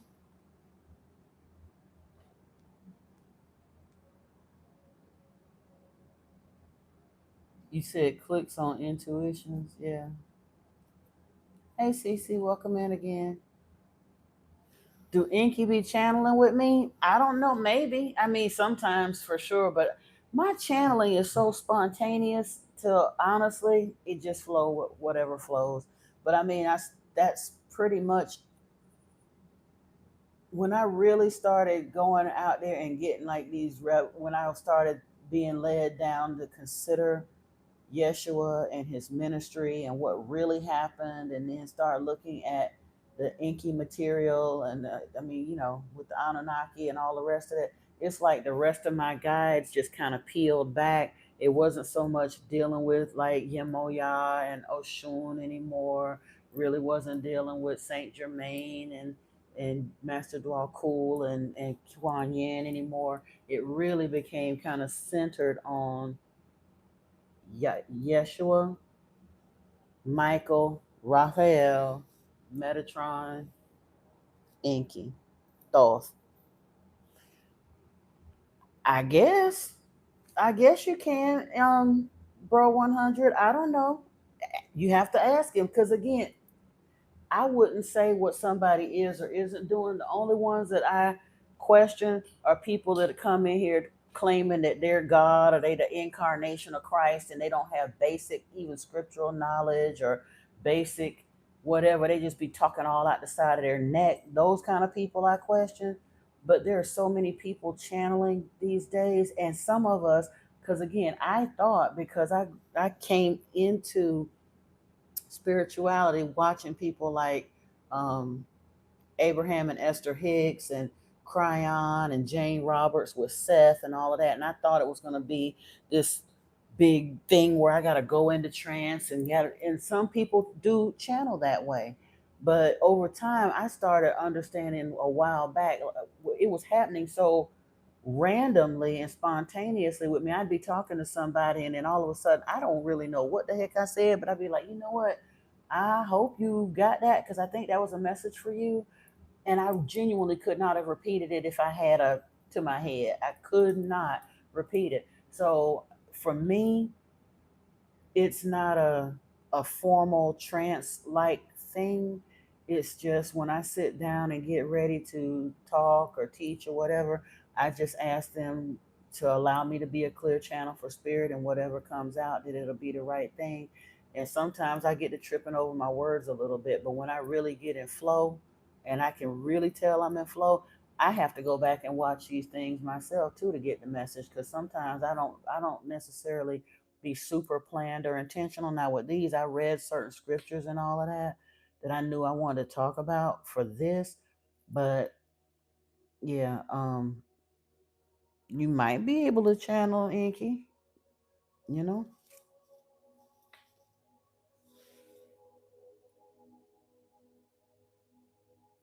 You said we all get along and be free to travel the world, and humans that are mediums had the courage of healing and motivating.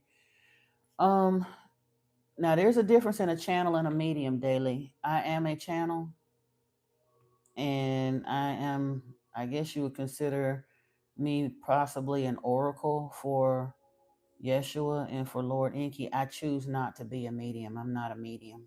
I have no intention of opening that door unless maybe later on they'll tell me. But no, I connect with my ancestors and my tarot guides and my angels. I have no intention to be having random dead people just popping up in my experience wanting to talk to their people. No, that ain't my bag. Hey, Robin Williams. How you doing, Miss Robin? No, it's okay, Daily. I was just explaining the difference because some people, because I've had people come on here, and some folks think that I'm a fortune teller. I've had some people think that I'm a palm reader. Some people think that I'm, like I said, think I'm a medium, and I'm not any of those things. I'm a teacher. I'm a spontaneous channel, perhaps, maybe an oracle, but that's about as far as I'm going to go. And truthfully, to some degree, when we ask for our gifts to open, we may or may not know which ones are going to open, but I think we're given a choice. Some people are driven to mediumship, but I don't think that's not a door that you have to open if you don't want to. And it requires keeping your energy so pure and high in order to make sure that you're only channeling beings of love and light, and you're going to still always have beings of darkness picking around the edges, because when that doorway is open, they're going to have to be constantly in there. That's just a level of connection and protection that I just don't want to have to maintain. Some doors, once you open them, you have a hard time closing them back.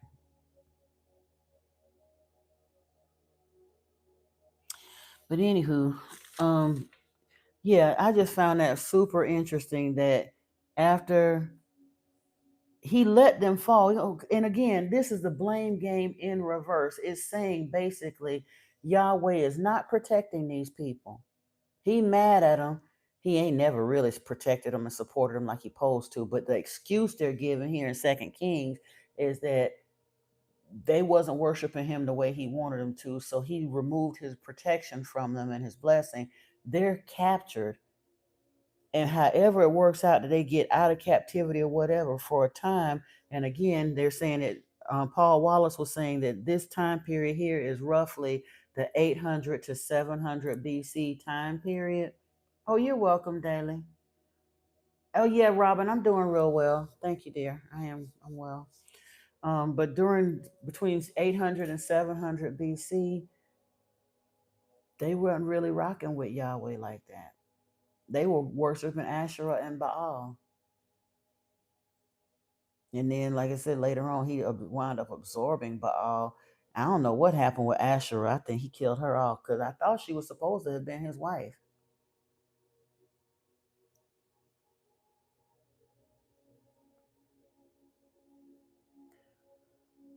Honestly, Amanda, I think you just keep doing what you do. Keep cleansing, meditating, keep asking to have the gift open to you. I don't know how to tame it or control my, like I said, even when it comes down to the channeling scenario, I hesitate sometimes to call myself a channel because it's it comes when it feels like coming. I think you have to work with your guys with that. Daily, as far as I understand it, whose main mission? Because different ones of us have different missions. My main mission is to teach, to continue to study and try to gain understanding and share what I know. No, no, no. And to help people turn off their worship gene. We ain't supposed to be worshiping nobody, period. Lord Enki does not demand worship. Yahweh is the one that demands worship. We're not supposed to be worshiping. We're supposed to allow our consciousness to expand and arise to the point that we lose the need to worship. And that's not an instant process, but I'm here to help people do that, to release the guilt and the blame and the lies of religion, the control points, to help them release the need to worship so that they can begin to learn and accept the truth and step onto the path of ascension. Because we on this fantastic voyage, like they say, Gaia is ascending and humanity is ascending as well. Oh, you're welcome. I say I don't have you pledge allegiance to a higher conscience. I know that's right. Um, oh, hey, Ethereal Muse, how are you? Good. I'm glad you're here. I'm glad all of y'all are here. Um, I just I don't know how I'm going to expand or how it's going to grow, how it's going to go, but I do know that it will in time. I don't know how my understanding is going to open and evolve, but again, like I say, however it come about, I'll be sharing. I don't believe in gatekeeping because I definitely, well, environment, that's truthfully part of what we look for. Hey Valerie, how are you? Welcome, welcome. Um, when you really get to a place where you understand how unnecessary and how restrictive organized religion is, and you can release the guilt around it and truly let it go, that goes a long way towards inner peace right there. It really does. And then learning to meditate and connect with your guides, learning how to make some sense of these sacred texts that we're being given and help them understand. Yeah, it. And then I've discussed it before with some folks on the channel before. I have a mission to basically help we basically help a group of us get together, and when we link arm in arm, it's going to be a program or a platform or a social experiment, if you want to call it that. But ultimately, we are our brother's keeper, and we're going to help a whole lot of people be able to wake up in the matrix and find a better way to move forward. We just will. You said you're still releasing so much involved with organized religion. The timing of you finding this page is divine. Your spiritual team for sure sent you here. This channel is too small for me to think that everybody that's here ain't supposed to be here. That you were directly sent by your guides. And honestly, I wish. I mean, I did the whole tarot thing, and I know that not that many people are watching the lives anymore, and not that many people are looking at the uploaded information, but they will. But I'm putting it here anyway so that they can come back and see it, or whether they see it today, tomorrow, 5 years from now. Those who are supposed to see it, this is just a stopping point. There are many little lighthouses along the way, and I want to be one of them, you know, because a few years ago, I didn't know who Paul Wallace, Mauro Bellino, Billy Carson, or any of those people were.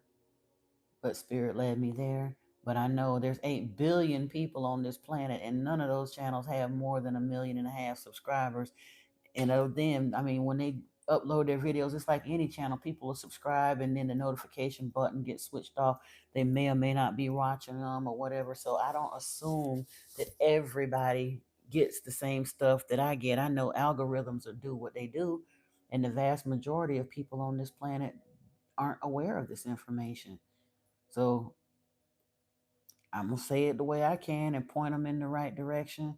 And we can compare notes and do whatever we're going to do. Like I said, we're just walking each other home. You said you've been working on letting go of guilt that really doesn't belong to you. That's an ongoing process, sis. Please don't feel bad and don't feel like the Lone Ranger. Even when you know certain things really don't belong to you, after a while, especially if you're working on manifesting things that you are not quite seeing yet, mind chatter doubles back every now and then. All of it. It ain't gonna just be the thing that you ain't manifesting or aren't worried about or whatever. All kind of random mind chatter will come back from time to time. So it's a process. May this thread be shielded from distortion, each word ripple with truth and groove. The digital winds carry only clarity. May my transmissions land with power and peace. Ashe, yes. And so it is. Honestly, that's what we are. What's that little gospel song they used to sing, talking about this little light of mine? I'm going to let it shine. And isn't there a scripture in the Bible saying something about you can't hold your light under a basket? And we quick to say our light irritates their demons. So we are little lighthouses out here in the storm, because it's sure enough a storm going. We are in the dumpster fire, like right now. It's a hot mess out there. So yeah, we keep doing what we do. But let's go on, shall we? Because I did took these notes. Let me see if I want to make sure I didn't miss nothing. Yeah, they returned to Asherah and Baal, and Yahweh couldn't stand that, so he did what he does best. He rained down pain, destruction, captivity, plagues, scourges, and curses. Now, Jeremiah 3:6 was mentioned. Hold on. Now, Jeremiah, as far as I can tell, was a Yahweh person, but let me see. Yeah, the Lord said to me in the days of King Josiah, have you seen what she did, that faithless one Israel, how she went up on every high hill and under every green tree and there played the 304? I don't know if I can't, even though I'm reading the Bible, it might get me for that word. And I thought after he has done all this, after she has done all this, she will return to me. But she did not return, and her treacherous sister Judah saw it. She saw that for all the adulteries of the faithless one Israel, I had sent her away with a decree of divorce. Yet her treacherous sister Judah did not fear, but she too went and played the 304. Because she took her 304 them lightly, she polluted the land, committing adultery with stone and tree. Yet for all this, her treacherous sister Judah did not return to me with her whole heart, but in pretense, declares the Lord. Why would they? Is this not the most narcissistic nonsense you ever heard? You done did these people dirty. You did not support them. You drove them, you abandoned them in their time of need, allowed them to go into captivity, literally sent them scourges and curses, called down death upon them, told them you was going to call down death upon them, and then you turning around and want to call them 304s because they didn't return to you. Just like he said in Amos, I sent you plagues, and yet you still did not return to me. I sent you famine, and yet you still didn't return to me. I cut off the rain. I sent locusts to eat up your crops so you were starving, and you still didn't return to me. Who the hell would? Yahweh? Why? Why would you do that? But then again, like and again, Enrique, exactly that. The majority of the people today are still just as blind. Look at all the famine and violence and poverty and mental stress, mental illness, all the rest of that stuff that we have on the earth today. And 3/4 of this planet is still bowing their knees to this same cat who hates humans and has never, ever, ever, ever done right by nobody that's followed him. And it's right here in the book. They wrote it in the book, and we read it every Sunday and still accept the spin that the preachers put on it and justify this nasty behavior and say if he did it, he had a reason to. His ways are not our ways. And we continue to praise him as being good when there ain't nothing good about him and nowhere in this book. The longer I read it, the worse it gets.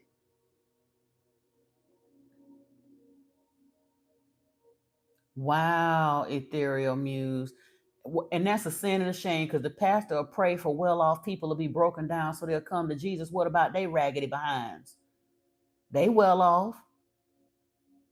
And that's the part that I don't understand how these people that attend these churches, especially the mega churches, your pastor driving a Bentley, got a Rolex on his arm and a private jet, and your lights then got turned off. But when you go and apply for the assistance program, they may or may not be able to help you. How can they reconcile that and still continue to show up every week? You said you side-eyed them, but the chorus of applause confused you. Right? It is black magic, but everything they do is black magic. That's why people get upset and they go to clutching their pearls and their Bibles when I tell them that whole Easter thing is a ritual of black magic. But come on now. Eat of my flesh, drink of my blood, keep doing this in remembrance of me. How can that not be black magic? Especially when you celebrating this man being hung from a tree. And the Bible tell you every man hung from a tree is cursed.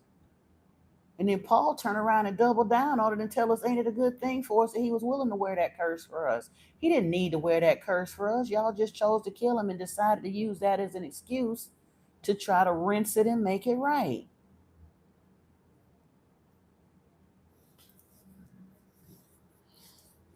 Yeah. But anywho, um,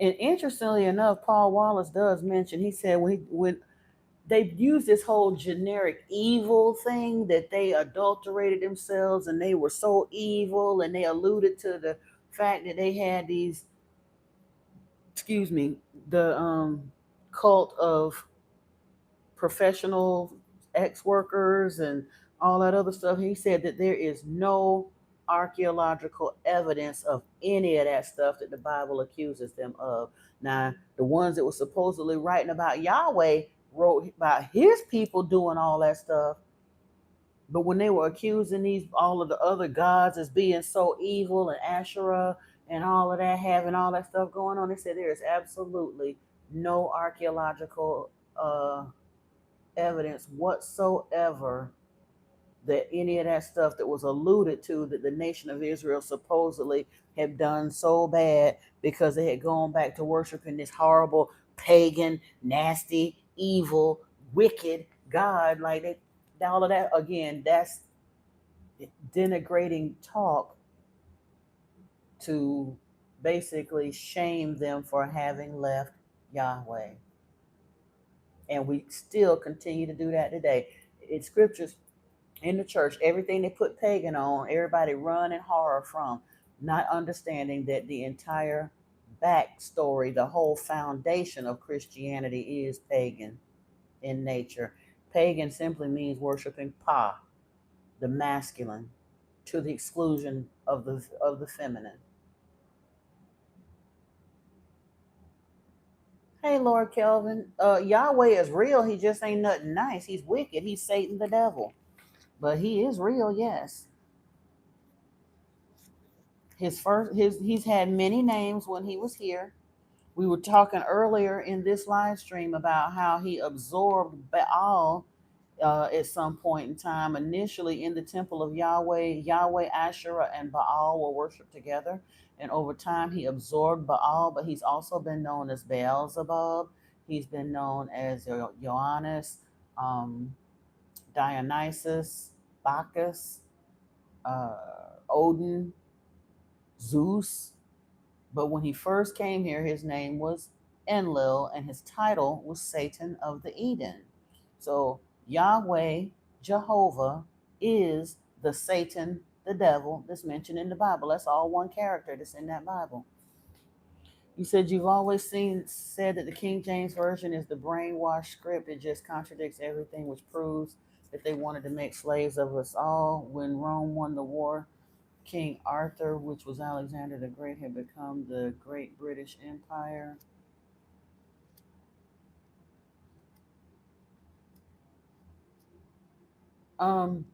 As far as teachers, Paul Wallis, Paulwallis,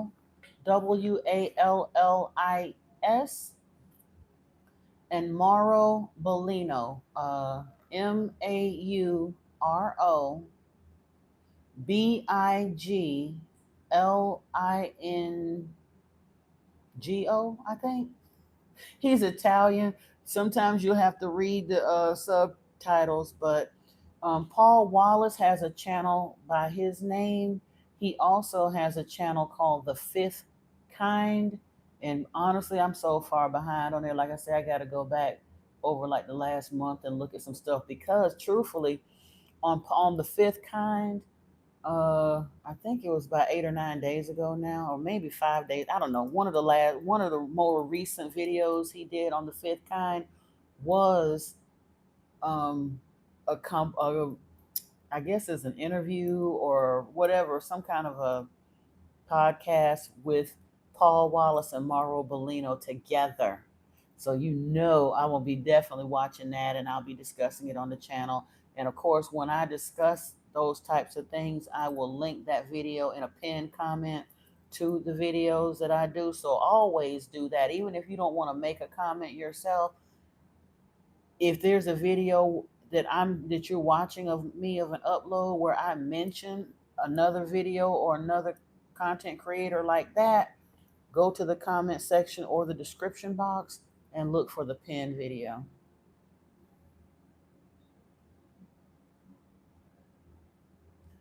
I honestly, and I love Billy Carson, Ethereal. I just don't mess with Carson that much because our approach. I completely agree with most of, like 90% of what he's saying, but our approach is slightly different. He's looking at it more along, still kind of sort of on the conspiracist end, and them landing in the government and the us and them kind of that sticking point. Whereas for me, just for my walk and the niche that I'm very uniquely suited to do this little piece of it because of my religious background. And Paul Wallace, I resonate a little more with him because of that. Paul Wallace was an archdeacon in the Anglican Church for 33 years. So he has a biblical background like nobody's business. He was a teacher of teachers.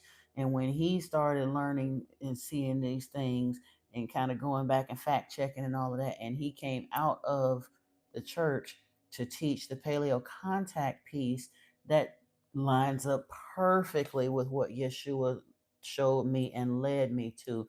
So it's not that I don't agree with Billy Carson. It's just, like I said, I'm on a slightly different niche. In fact, we when I finished with the Emerald Tablets, we went back through with Billy Carson's compendium of the Emerald Tablets to take a look at it. So I have a lot of respect and love for Billy Carson. Said mystic teachings are like the church should be doing rather than sharing, rather than shaming people in ignorance or asleep spiritual critical thinking. Yeah, well, they should, Robin, except for the fact, how can they teach the mystical teachings when they are literally in bed with the devil? Yahweh ain't gonna never want them people to learn the truth. They still got people tithing in 2025. There is no scriptural reason whatsoever that anybody should still be tithing anything on this planet. Nothing. Especially considering the fact that the church is the wealthiest organization on the planet. But the reason for the tithe initially was because the tribe of Levi, the entire tribe of Levi, from the first breath they took on this planet to the last breath they took on this planet, if they had the misfortune of being born in the bloodline of Levi, they were consecrated from birth to serve in the temple all the days of their lives. They could not work nowhere else. They could only work for Yahweh. And that was the reason for the tithe. The rest of the nation gave their 10th part to support the Levites and the temple, because Yahweh wanted that money. And not just money, because back then it wasn't just about the money. It was the grain offerings and the animals and the gold and everything they got. They had to provide the 10th part of everything they had and just bring it to the temple storehouses. And part of that was to support the Levites, and the rest of it went to Fat Cat Yahweh. But there's no scriptural justification for still continuing to tithe, except to take care of these fat cat preachers now. Like I said, they want to drive their Bentleys and wear their Rolexes and ride around in private jets and stuff. He says, so right now we're exactly at the same time as the time when the world will experience the Great Reset. I believe so, Enrique. I really, really believe so. We talked about that a little bit. I didn't call it the Great Reset, but we talked about that in the last live stream. It appears, and again, this is this is a supposition to a degree, but remember in religion how they talk about the rapture? And I always wonder, because there's no scriptural basis for the rapture either, but I also know that all of this stuff comes from somewhere. When Yeshua said that he would not leave us as orphans, that he would send Holy Spirit as a helper to us, and we start seeing, we wasn't quite sure what was happening, but anybody who's paid any attention whatsoever to what's been happening on the planet over the past 150 years or so, well, truthfully, at this point, about 175 years or so, would have to acknowledge that most likely Yeshua did return energetically back in 1844 when the Millerites kind of sort of thought he did. They didn't see him physically, so they called it the Great Disappointment. But again, everybody can't translate spirit accurately. They can only translate spirit through the lens of their own understanding. So that earlier understanding sounded kind of crackpot, sounded a little bit off, sounded still real tied to Christianity and traditional religiosity. They started breaking away a little bit, but it was still a lot of that, clinging to thus saith the Lord, still wanting to worship Yahweh, all the rest of that. And again, the Millerites weren't the only ones. Look at Joseph Smith with the crackpot stuff he came out with 7 day, not the 7 day Adventists, the Mormons. That's just as imbalanced as it could be. You can't push racism like that and still claim to be spiritual. You just can't. But that was his limited understanding, and he got millions of people sucked into that with him. But that was the beginning of it. Something was beginning to happen. It had been really, really quiet spiritually on this planet for hundreds of years. And then all of a sudden, in the span of 50 or 60 years, there was literally like 50 or 60 religions just popped off right in the United States alone. And I don't even know what was happening around the rest of the world. But the ones that really kind of stuck out of that movement that we remember was the Mormons, then the Seventh-day Adventists, then the Jehovah's Witnesses, then the Scientologists, the Unity Movement, Ernest Holmes' Science of Mind, and then of course the occult movement. And people get so freaked out when they use the word occult. That just means hidden. That was like the New Age spiritualists, the Helena Blavatsky's and the Edgar Casey's and all of them. And then, like I said, Dr. McBain, Bain, not Myrtle McDonald Bain, Guy Ballard, all of them. So in my opinion, that became it. That was like the early wave of the ones that was going to start redirecting us a little bit. And then they said they started digging up all of these documents. They got the Dead Sea Scrolls, and then the Nag Hammadi Library, and then the library at Nineveh, and all of that. And they're starting to translate all of this stuff and make some sense of it. And then the channeled information started in the mid 70s and stuff with Theo and Seth and Cryon and Bashar and all the rest of them. So we are being led to a point. And what did the book said? Go to the gate, and the man with the jug of the water jug would show the way. The water jug, the man with the water jug is Aquarius. Lord Enki is the quintessential Aquarius, but did we not just enter the age of Aquarius about 4 or 5 years ago? Give or take, so they say. So he said, go to the gate, and the man with the water jug will show the way. The gateway to the age of Aquarius would be a time of significant change, and Aquarius is going to show the way. And all of this information is starting to pour out on the planet. So yeah, I do believe that this paradigm shift thing that we keep having, all these Mandela effects and these time glitches, and lots of people are experiencing timeline shifts and all of that. And I mean, the Mandela effects are proof of the timeline shift. If anybody don't really think we're changing timelines, I promise you, we're not on the same timeline and in the same reality that we were born in. Most of us are not. I know I'm not. But as the awakening continues to happen, those who are awakening are going to continue to grow, expand in consciousness. They're going to turn off their worship gene. They're going to get in meditation. They're going to expand their consciousness.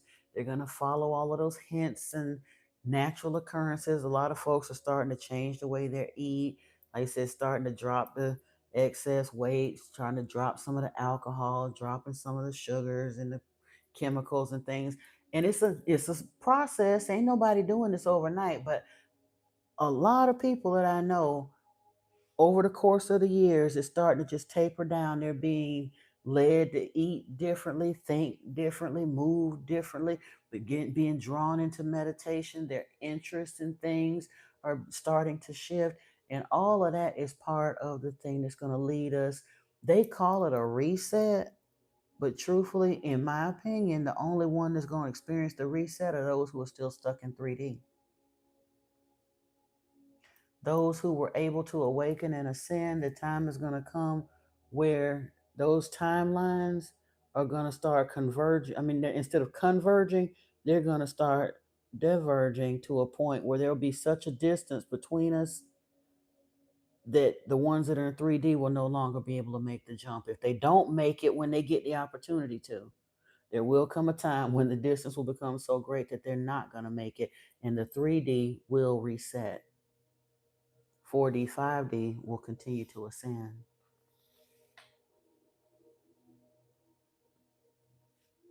Again, in my opinion.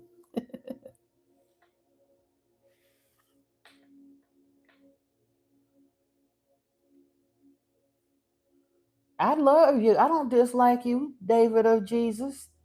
It's not that I dislike you. I was you a few years ago, but then I woke up. The only if I didn't love you and everyone like you, I would be sitting up somewhere eating bonbons, listening to TV. I wouldn't be sitting here putting myself on the line, making myself open to ridicule and trolls and hateful people and everything else to try to teach people this. So you don't need to come in here talking about, I don't like you. I don't have no reason not to like you, brother. I don't know you. And because I don't know you, I have to love you with the same love I have for all of humanity. Unless or until you give me a reason not to like you, I like you just fine. I don't have no dislike for Christians. That's the difference. Christians hate everybody that isn't like them.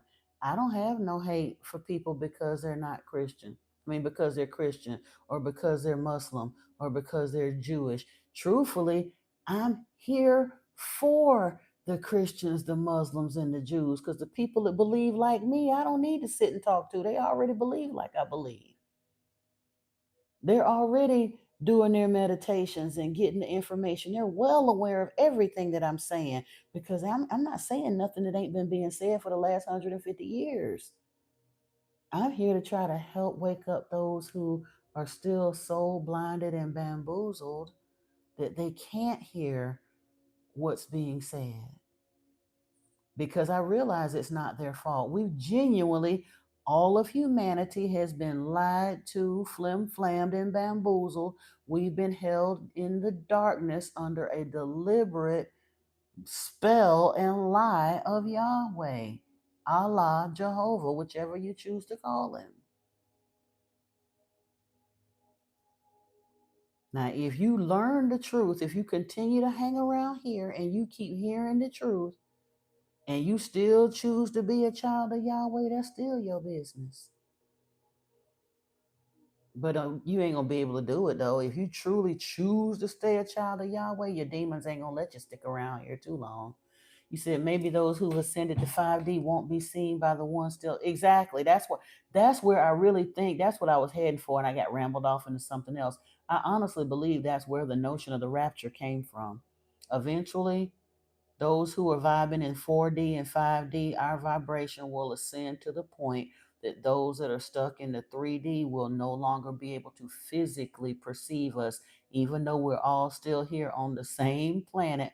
We'll be in another dimension, just like the angels and the power that be and all of that move in other dimensions, just like our non-corporeal family members and ancestors are in a different dimension and they're all overlapping here.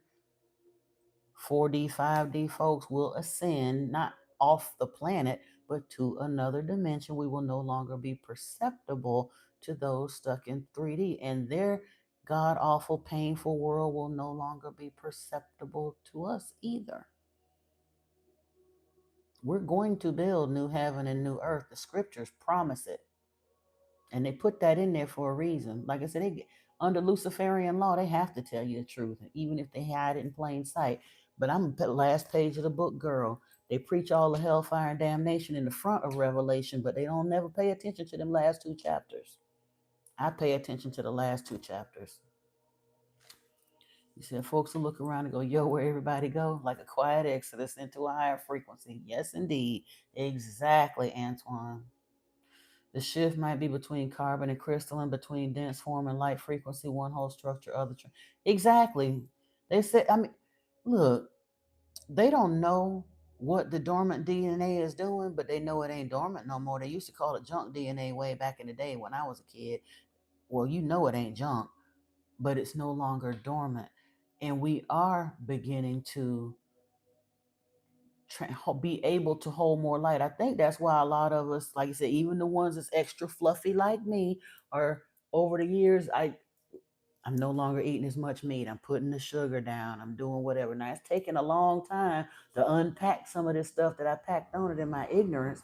But at the end of the day, the idea of shifting the way you're eating more live foods, less of the dense foods, you're fasting more, you're meditating more. All of those things are designed to activate the light body and lower the density of the carbon-based body. And honestly, I saw it.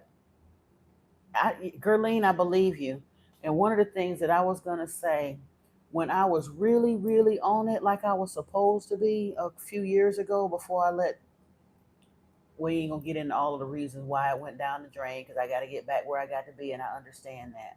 However, when I was doing like show enough on the meditations, on the salt baths, on the grounding and the breath work and doing what I'm supposed to do, I reached a point in time that I would be out in the sun and you could literally see it looked like my skin was beginning to glow even without lotions and stuff on. It looked like my skin was becoming more crystalline.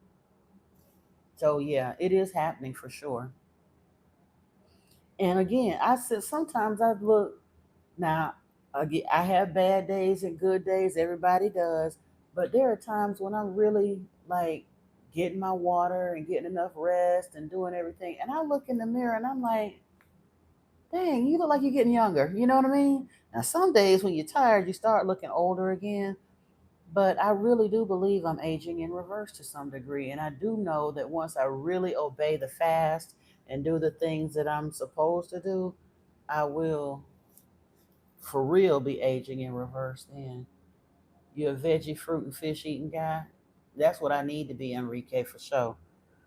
Look, I had some addictions. I'm working on them though. I am. I really am. You say you're grateful for being in my presence and appreciate learning from a wise elder. Oh, you're so very welcome. I'm honored to be able to help.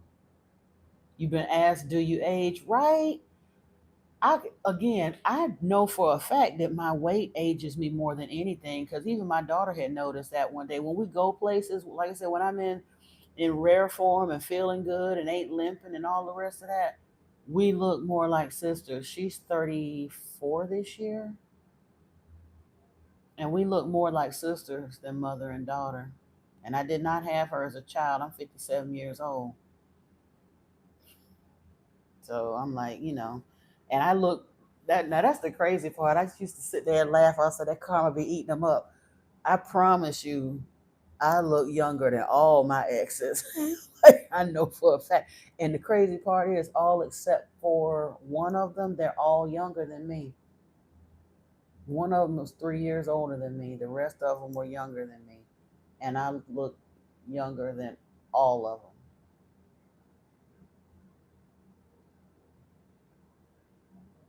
And said that karma be doing its thing.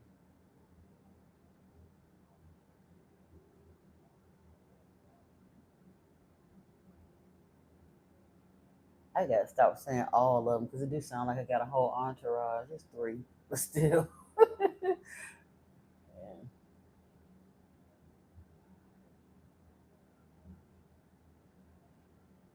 I'm getting weird. I don't have acne and have never had a problem with acne, but I am getting these little weird random bumps.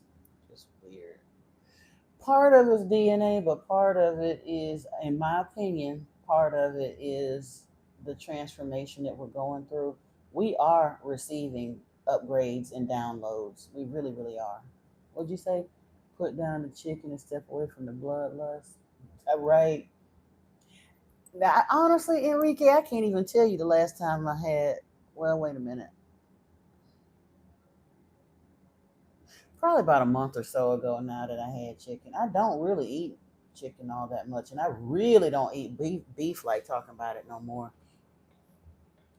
My last major addiction at this point, and I'm honestly I've been on meats and stuff for so long, so I probably will do like become pescatarian. I don't really the only fish I really like is like halibut and salmon. No, I don't really. I used to like sheep's head and snapper, but I'm not a big fish person, and I know like crab and shrimp ain't really that good for you. So I honestly don't know if I'm gonna go vegan, but I do know that I'm cutting meat and fish and all of that way down. At this point, my biggest hang up that's still keeping me in a bad way has been gluten and sugar. I cook for a vegetarian and he's basically a pastatarian. So even when I'm not buying meat, if I eat what he's eating, even a little, I'm so gluten sensitive at this point, even a little bit of gluten be having me all puffed up. So I'm just having to fast it down.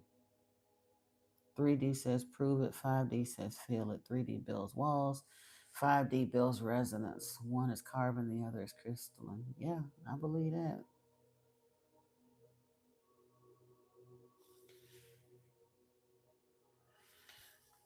Oh yeah, yeah. But you're right though. I mean, and I actually heard some, and people get upset. They, Gerlene, they'll be here. We just won't perceive them. Just like we'll be here, but they won't perceive us. The divide will become so great, our frequencies will shift so much that we will basically, it's just like back in the day. Remember when they had the dial radio dial, if you're driving down the road and you're traveling a long distance, and when you start getting out of range of the radio station for a while, you could kind of sort of tweak it a little bit left or right and still pick up on the station. And you might do that for a while, and then eventually you'll just get so far out of range of that station that it doesn't pick up anymore, and then you got to go and find another station. Same thing here. Ritual has been confused with evil. For example, lighting a candle every time one meditates is a ritual. The repetition helps encourage the desired result. It's good to hear this because you've been proving that herbs are the healing. The scriptures tell us that the leaves of the trees are for the healing of the nations, Enrique. It's just the Christian, like primarily Christians are really, really opposed to that. And again, I could never understand why they would be so opposed, but they are opposed to everything that could actually benefit us. We've been given such a broken mirror that genuinely we're taught to fear everything that could possibly help us: candles, incense, herbs, salt baths, crystals, all of that stuff that could possibly help us. Christians are taught to fear it inordinately fear it. And as far as the crystals, the Levitical priests wore them in their breastplate. As far as divination, they scared of pendulums and tarot cards and stuff. The Levitical priests carried two divination tools, the and the thummim, in their breastplates. The priests had divinatory tools that they carried on their person at all times. So that, again, that's a lie of the church. They flip everything upside down to take every tool that you could have to help yourself. They teach you to fear it and strip it from you. Meanwhile, the church hierarchy steady using all of that. Don't believe me? Go in a Catholic mass and see if the incense don't damn near choke you out. They got them big old things just swinging, but let you light a stick of incense and they tell you it's evil. The scriptures describe a whole bunch of crystals on the breastplate of the Levitical priest, And when they describe New Jerusalem, they describe all the different gems and stuff. Why would it be evil? Why would anything that God made on this earth for human, I mean, even if you don't understand what he put it here for, the fact that it's here and was put here by the divine, why would it be evil?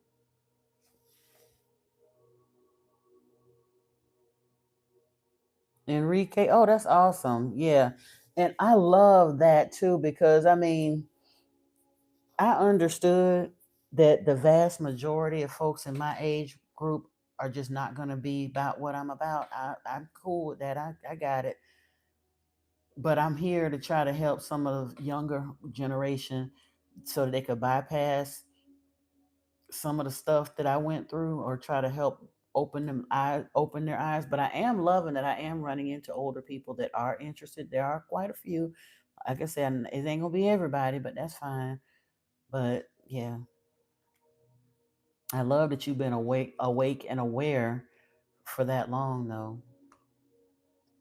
And I think that we're going to start finding more and more of that, because I noticed a few, well, probably about 20 years or so ago, that religion for a while has started kind of losing its grip on people. The holidays weren't being taken as seriously. They're just more commercial than anything. And the churches, people, yeah, whatever. Now, of course, they get out here and they're trying to have a resurgence of that. But I think there's a lot of, some folks will get caught up in it, but more and more, there are young people that are just saying, you know what, no, no, no, we're not doing that. Hey, Natalie Rose, I didn't see you. Welcome in, dear. Sorry about that. Just trying to check the.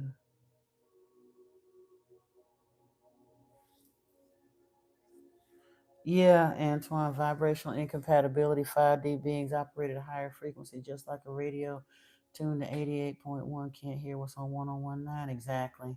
3D perception cannot register 5D presence, nor will 5D perception be able to register 3D presence after a while.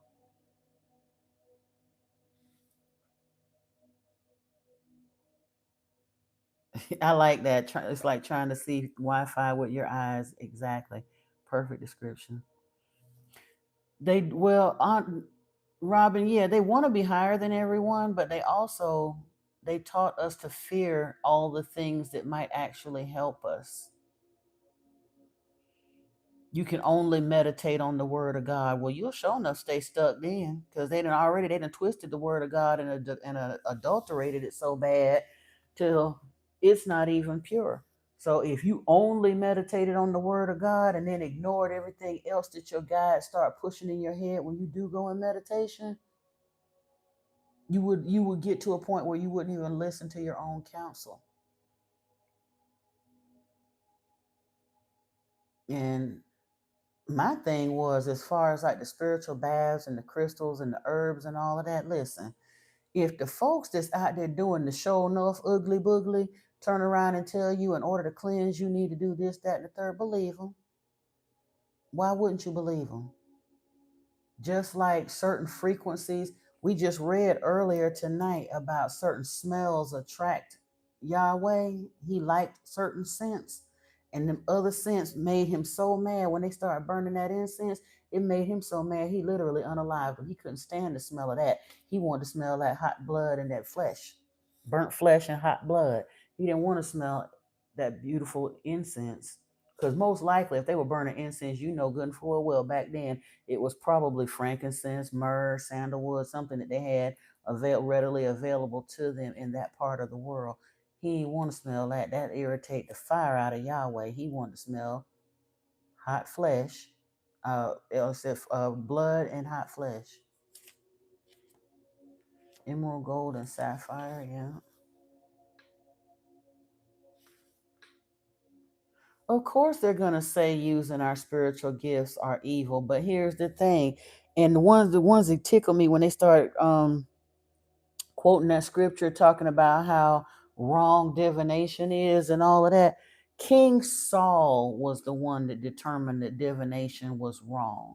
But his hypocritical ass, the first thing he did when he got in trouble, he said, "Send for the witch of Endor." He wanted to talk to Prophet Samuel, and Samuel had passed on.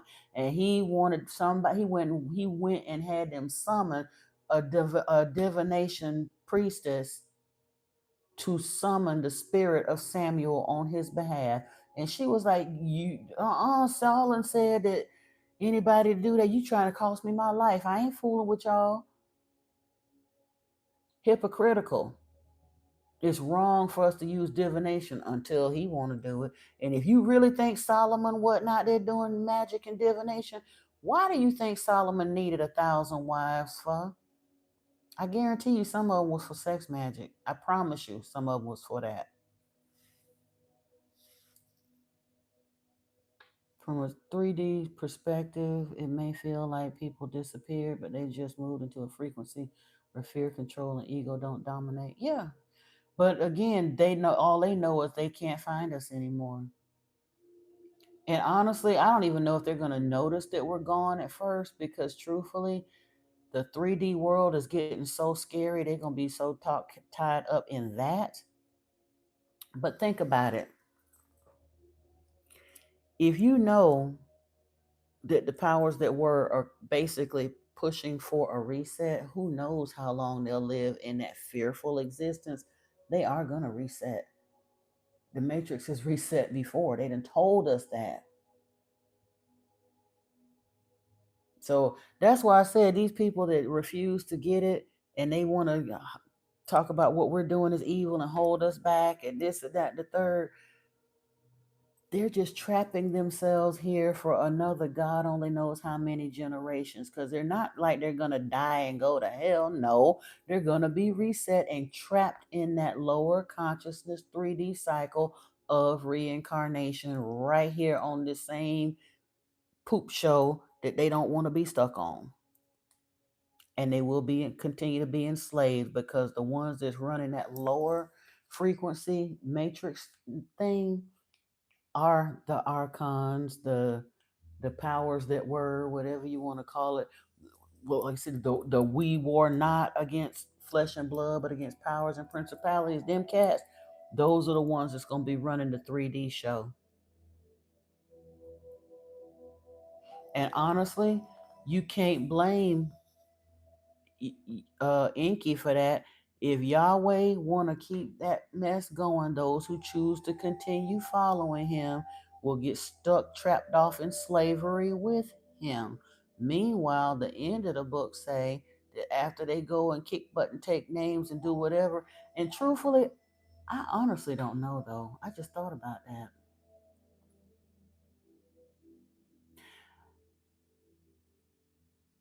I don't think that they will continue to have the same kind of energetic influence that they have now, because of what it says about Yahweh or Satan, the devil, being destroyed. If he genuinely is taken off planet and bound in that energetic space that they talk about in the book of Enoch or whatever the case may be, or yeah, then genuinely they may recycle the 3D matrix, but they'll have to just find their way back. And maybe it will be easier for them. Maybe they won't be trapped off for another 2,500 years. It might just be a matter of however many reincarnation cycles they have to get to find their way back to wholeness and unity without the influence of Yahweh and his demons. That would seem more fair. If Inky is truly running the show, that's probably what's going to happen. They will be quarantined from us because, like you said, they still caught up in that nonsense.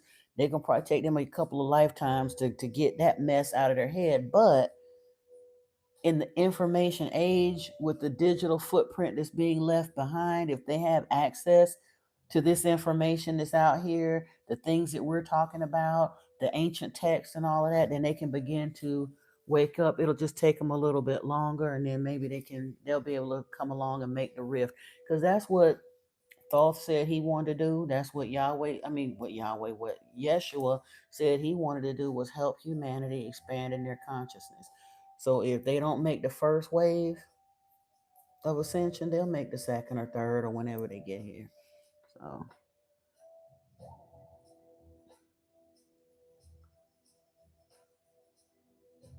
telepathy is natural to the empath. It is.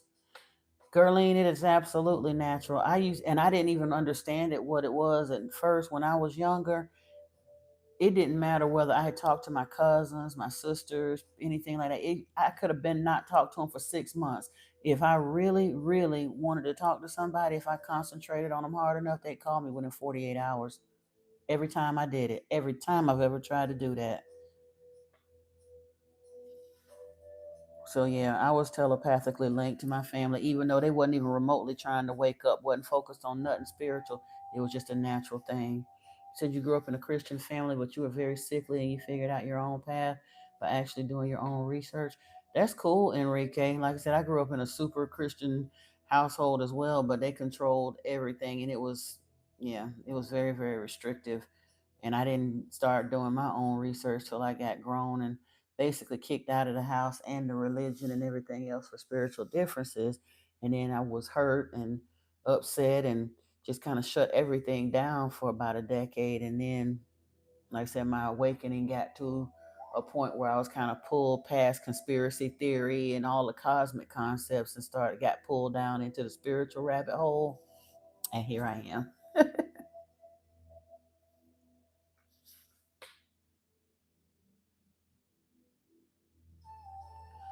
You said it's shadow projection, calling everything evil external to themselves, but never taking accountability. Exactly. But they're so blinded, they don't even know that that's what it is. Because that's what Yahweh did. You heard what we were talking about.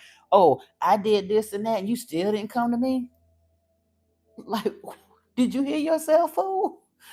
You just sat here and said you cursed me, you did me dirty, you lied to me, and some more stuff, and still you didn't come to me? Why would anybody in their right mind come to you? But yeah, it's a shadow projection.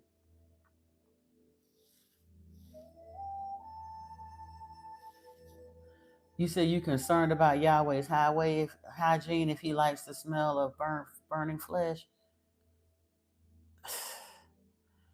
Uh, I ain't gonna be concerned with his hygiene because even if he's physically clean, he's spiritually nasty anyway. He's a nasty somebody. Everything you think about, all the images that they've painted over time of Satan the devil, all the images that they've ever painted of anything negative or whatever in the Bible that they wanted to attribute to something evil, he all of that and then some. Like I said, the Gnostics called him Yah the Baals. Excuse me. So yeah, he ain't may not be physically nasty, but he is definitely spiritually nasty. But again, having been around, being country enough to be around an actual slaughter lot once or twice, that scene that I read in the first part where they slaughtered six fairly large animals in that one confined space, and they up there slapping, throwing blood all on the altar and painting the altar with it, dipping their hands in it and all that stuff. The smell of warm blood like that makes me sick to my stomach. I don't know how in the world they could do all that, but that's Yahweh. Hey, Shawanda Sheree, welcome in, welcome in.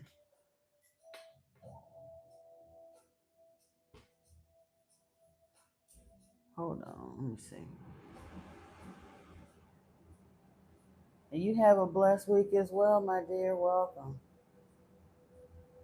Yep, they'll be stuck in the Matrix. They told us that in the movie The Matrix when Neo was talking to the engineer or the architect. Remember, he went to the train station, and when he got stuck in that loop, eventually, when he stayed in that loop in the train station, that white train station where he met the sunrise. He met the programmer and the sunrise, and then after that, he had that meeting with the architect. And the architect, he was able to see that he had been through. I think in the movie, was it the fourth or the sixth iteration of the Matrix that they had supposedly been in? But the architect told him that it wasn't the first time around.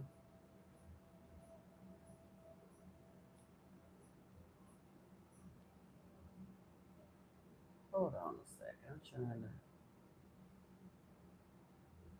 Oh.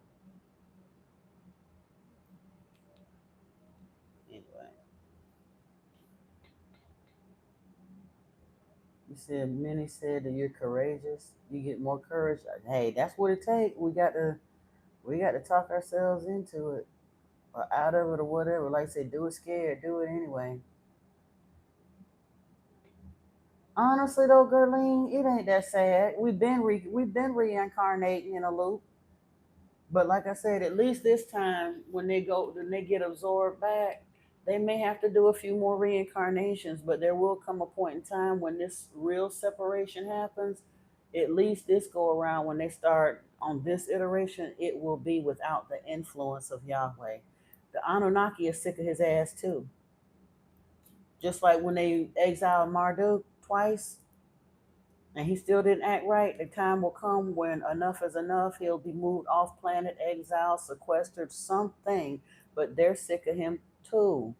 So if they if the 3D matrix continues to divide and divide and divide till they can no longer perceive us and we can no longer perceive them, and then they continue to do their reincarnation cycles but without the influence of Yahweh, it probably won't take them more than 3 or 4 lifetimes, because the difference is this last iteration was under the influence of Yahweh. It was the age of Pisces. It is the age of basically it wasn't even the I know, because we're going into the I know now, but it was basically an age of control, being very much powerless, being told that we had to rely on other people to tell us everything, other people to decide for us, other people to direct us. Very, very infantile. That age and stage is over. The information age came in simultaneously with the age of Aquarius. So even if they are back there recycling, they still, like I said, if it's once it's on the internet, it's there forever. And that's one of the things I understood even back in the 80s. I knew good full well that the government initially had no intention whatsoever to give us the internet. That was completely supposed to be a military application only. I guarantee you that we have the internet available to us because of the ascended masters. But because that information needed to get out there, and it is the greatest law of attraction facilitator on the planet. So even once we are in 5D, we may not be perceptible, but all of the hardware, the tools, everything else has been built here. The infrastructure is still here. As they continue to and I mean, we'll still be, the technology, all of that stuff gonna keep rocking on. It's gonna look the same. We're not going. They show that post apocalyptic wasteland thing happening. I honestly don't think it's gonna be that way at all. I think, I mean, at first, until the 3D matrix completely collapses, it's going to get worse and worse and worse and worse for them for a time. But once that infrastructure and the influence of Yahweh and his minions are out of the picture, they'll basically be like, what was old girl Tina at the end of Beyond Thunderdome, looking out across the horizon? They may not need another hero. They're going to have some come along because the information will still be here, but they can find their way back to the light without the influence of Yahweh and his demons.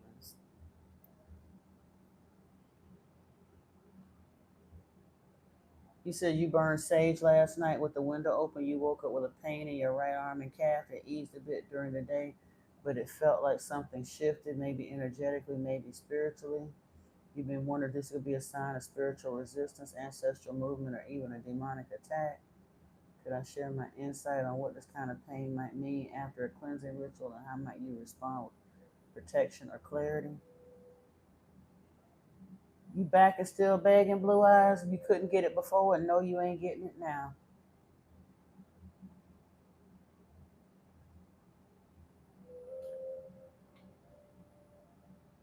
It could be. It could just. I mean, it could be downloads, upgrades. It could be attack, but I would meditate and ask for insight. I don't want to say right away for sure what it would be, one way or the other. Oh, hold on. I gotta find something that don't have no vocals because I ain't trying to go there. Here's a beautiful track, and I do want to save it to the list. Hold on.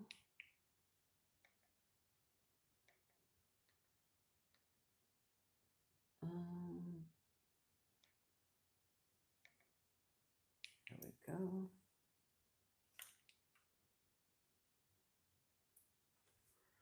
Yeah, I would keep an eye on it. Maybe you slept wrong.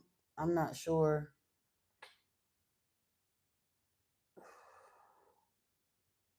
Could be a major download or some kind of an upgrade coming in too. You never know. I wouldn't be as quick, like I said, especially since you saged the space and it's beautiful outside. I wouldn't say you got to close your windows or anything like that. You keep your energy pretty level. I wouldn't automatically assume it's an attack type scenario if you're not having, something else to go along with that to make you think that if your dreams are still okay, you're not really seeing weird things in your third eye or anything. I think you might be all right. You're welcome.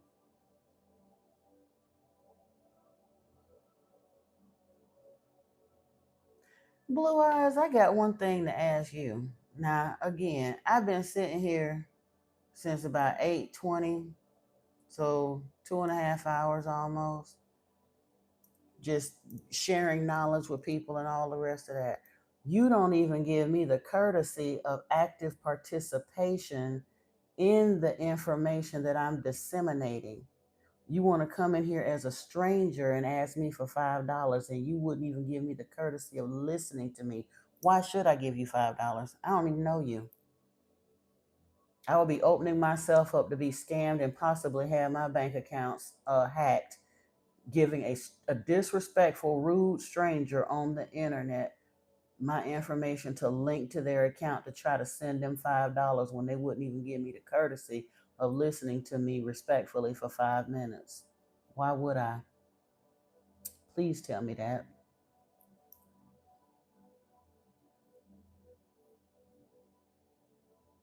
Oh, that's pretty. Pretty image.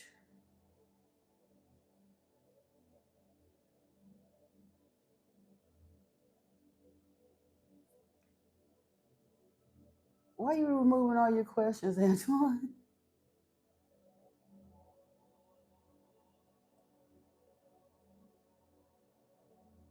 Oh, I missed your comment, Enrique. You said 3D Moses Law, eye for eye, tooth for tooth. Let's hope not. Like, honestly, because quite honestly, religion, because they have bent their knee and opened their mind to worship a demon for so long, till I genuinely hope they don't get eye for an eye and tooth for a tooth, because truthfully, half of their hatefulness is out of sheer ignorance. They genuinely don't know any better. They've been under demonic influence and demonic attack, and they're so bamboozled till they don't know that. These people are genuinely, sincerely believing that they're doing the right thing. They think that they're worshiping God. They feel like it's their God given duty to save us from ourselves. They have no idea they're worshiping the devil. And when we try to tell them, they get highly offended. That's how masterful Yahweh is at hiding his identity. So I can't get mad at them. And like I say, I genuinely hope they don't get eye for an eye and tooth for tooth, because they quick to try to call down death and hell and everything else on people that don't believe as they believe. But that's because that's what they've been programmed to do by their religions in the matrix. They don't know no better. They really don't. They stand in their righteous indignation. Oh, it's all good. You ain't flooding the chat.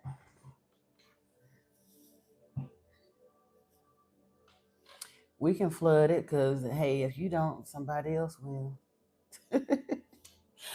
Oh, I didn't even get to some of these scriptures that I want to look at, but like I said, I am gonna do another. An uploaded video, kind of expound, gathering all my spots, because I know a lot of people will not. They won't even click on a 3 or 4 hour live stream. Some people will. That's why I make them public, but some people won't. So I'm going to do an upload for it because he was talking. And one of the things that I wanted to get into, and I probably will just do it on the upload, because he was talking about how the unjust laws and all the like the mass killings and stuff at the hand of Yahweh. That was in Deuteronomy 22. How they had no mercy for women, children, or animals in 1 Samuel. Leviticus chapter 25 talks about how Yahweh's people can't be slaves, but how they could enslave other people, all of that good stuff. And then he also mentioned Ezekiel 9, Numbers 31, and then Numbers 11 as well. So I'm not going to take enough time.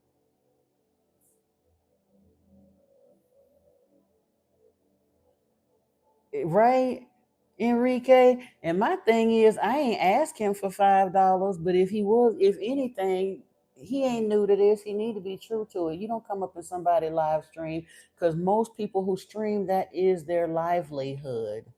They're bringing some kind of entertainment value, conversational value. They're teaching something. They're taking their time out of their life to sit here and disseminate something to an audience.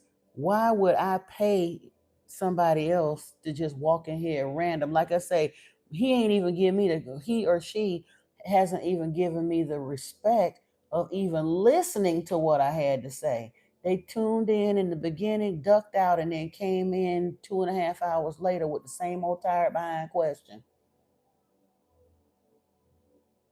If I was going to give anybody $5, it'd be somebody who actually stayed in here, had dialogue, paid attention, helped my numbers get up, all of those kinds of things, but not just some raggedy Rudy Poot that just bop up in here just with their hand stuck out, give me $5 out the blue. Why?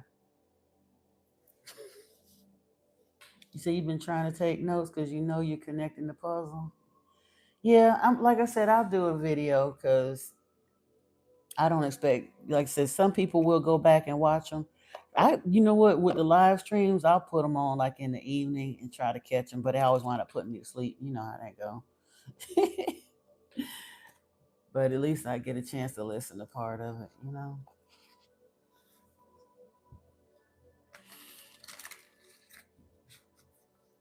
I wanted to go back the other week and listen to that one that got a copyright strike. I still can't figure out what in the world it would have got a strike for.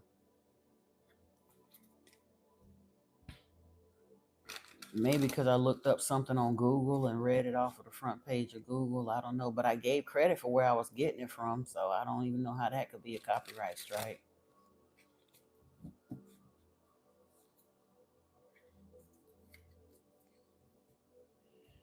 It is what it is, though.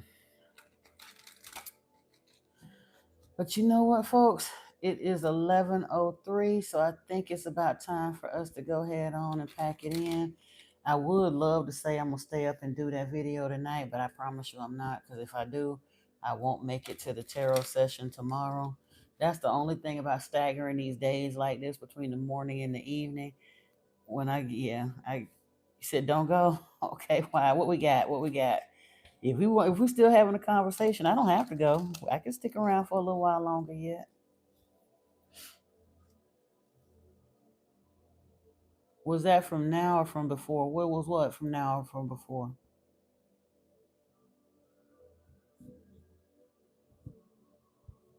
That just popped in the chat, so I don't know if he put it. It has to be from now, pretty much. Well, good night, Robin. If you gotta go, I certainly understand. For sure, for sure. Have a beautiful rest of your day. Hopefully, I get a chance to see you tomorrow. If you have a few minutes to pop in and say howdy, and you rest well as well, dear. Namaste.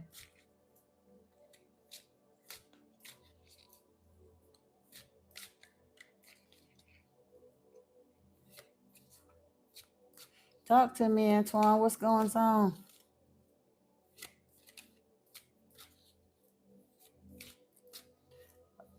Oh, the copyright thing? I don't know.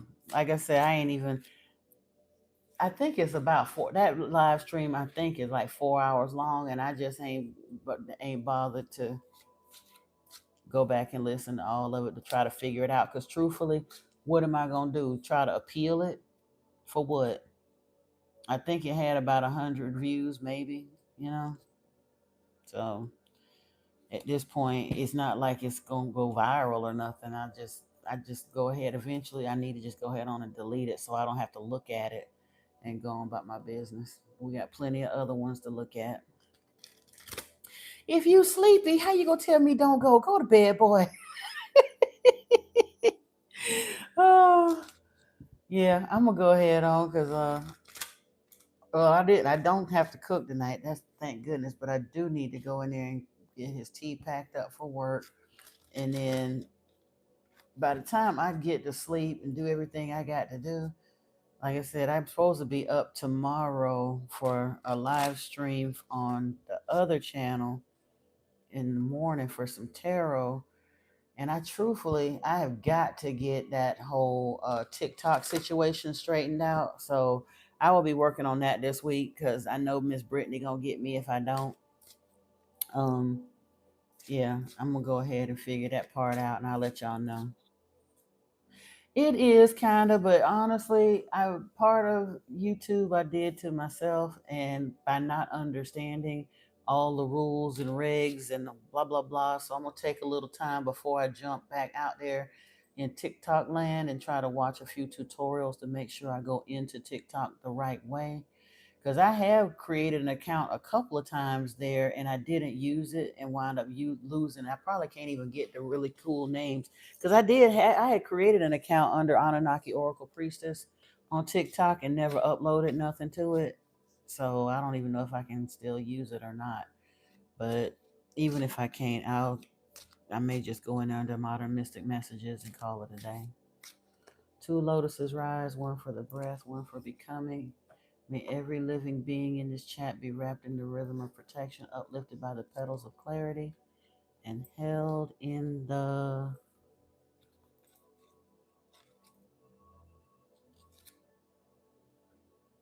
groove of ancestral grace. May the first lotus open for healing, body, mind, and lineage. May the second bloom for awakening, truth, joy, and right action. Let this space be a temple transmission where even emojis carry light and every scroll is a chant.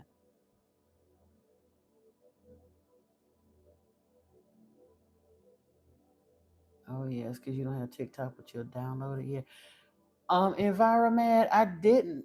You said maybe saying no under 18s.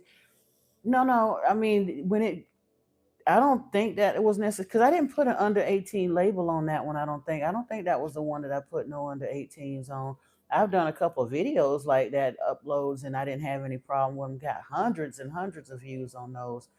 As far as an upload, tonight I said no under 18 because we were getting into those really, really bloody descriptions in the scriptures. But I was reading straight from the Bible. So if they copyright me for that in the land of in God we trust, I probably will um, appeal that one. Because I was reading directly from the Bible. I wasn't discussing anything sexual or anything like that. I was only reading from the scriptures. I just didn't want. My thing is, I know some parents are funky about how the religious path their children are on, and I just don't want to have that to deal with trying to teach somebody's underage children something that flies in the face of their spiritual program. Even if those children need to come out of that, that's not my decision to make. You know what I'm saying? So I would try not to interact with minor children on here. Not that I have anything that they really couldn't hear, but because it is discussing religion, and some folks really take that real seriously about their religion being their issue to deal with their children. I just would rather not go there with underage children.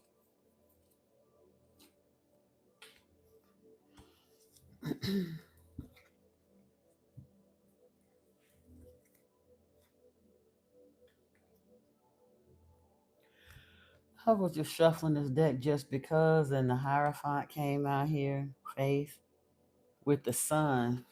I love that. Faith in the Sun, the Three of Coins, and the Knight of Cups. So, yeah, putting in the work, getting that spiritual reward, celebration, some kind of an emotional fulfillment for somebody. But yeah, I appreciate the well wishes for everyone. I appreciate that transmission, Antoine. But it is now 11:10, and I think we're gonna get on up out of here by 11:11. I will let it hit 11:11, and then we're gonna close it on down for the night because it then got real slow. I'm surprised because I honestly I didn't even put I didn't make it subscriber only or anything like that, and yet they still. I mean, we had a couple of folks in here, but it wasn't really bad. So yeah, um, I'm gonna keep this channel, yeah, for like the spiritual information and all of that to a degree. I'm gonna have to change a different schedule. My live streams probably won't be able to be 3-4 hours no more if I'm gonna be on another channel as well. Yep, good. Much love to you also, Environment. But yeah, I'm gonna still be here for those who can't come to TikTok necessarily. I'll figure out a way to get them both done. Yep. But anywho, I'm getting ready to go. Peace and blessings to everyone here within the sound of my voice. Love and light be with you always. I love you so much. If you can, please join me tomorrow here on YouTube, 11 a.m. Eastern. I'm going to try to make it on time. It won't be on this channel, though. It will be on Anunnaki Oracle Priestess, and I'll be pulling some tarot for the collective or whoever comes by. So have a wonderful rest and a wonderful rest of your evening. Take care of you all. Namaste.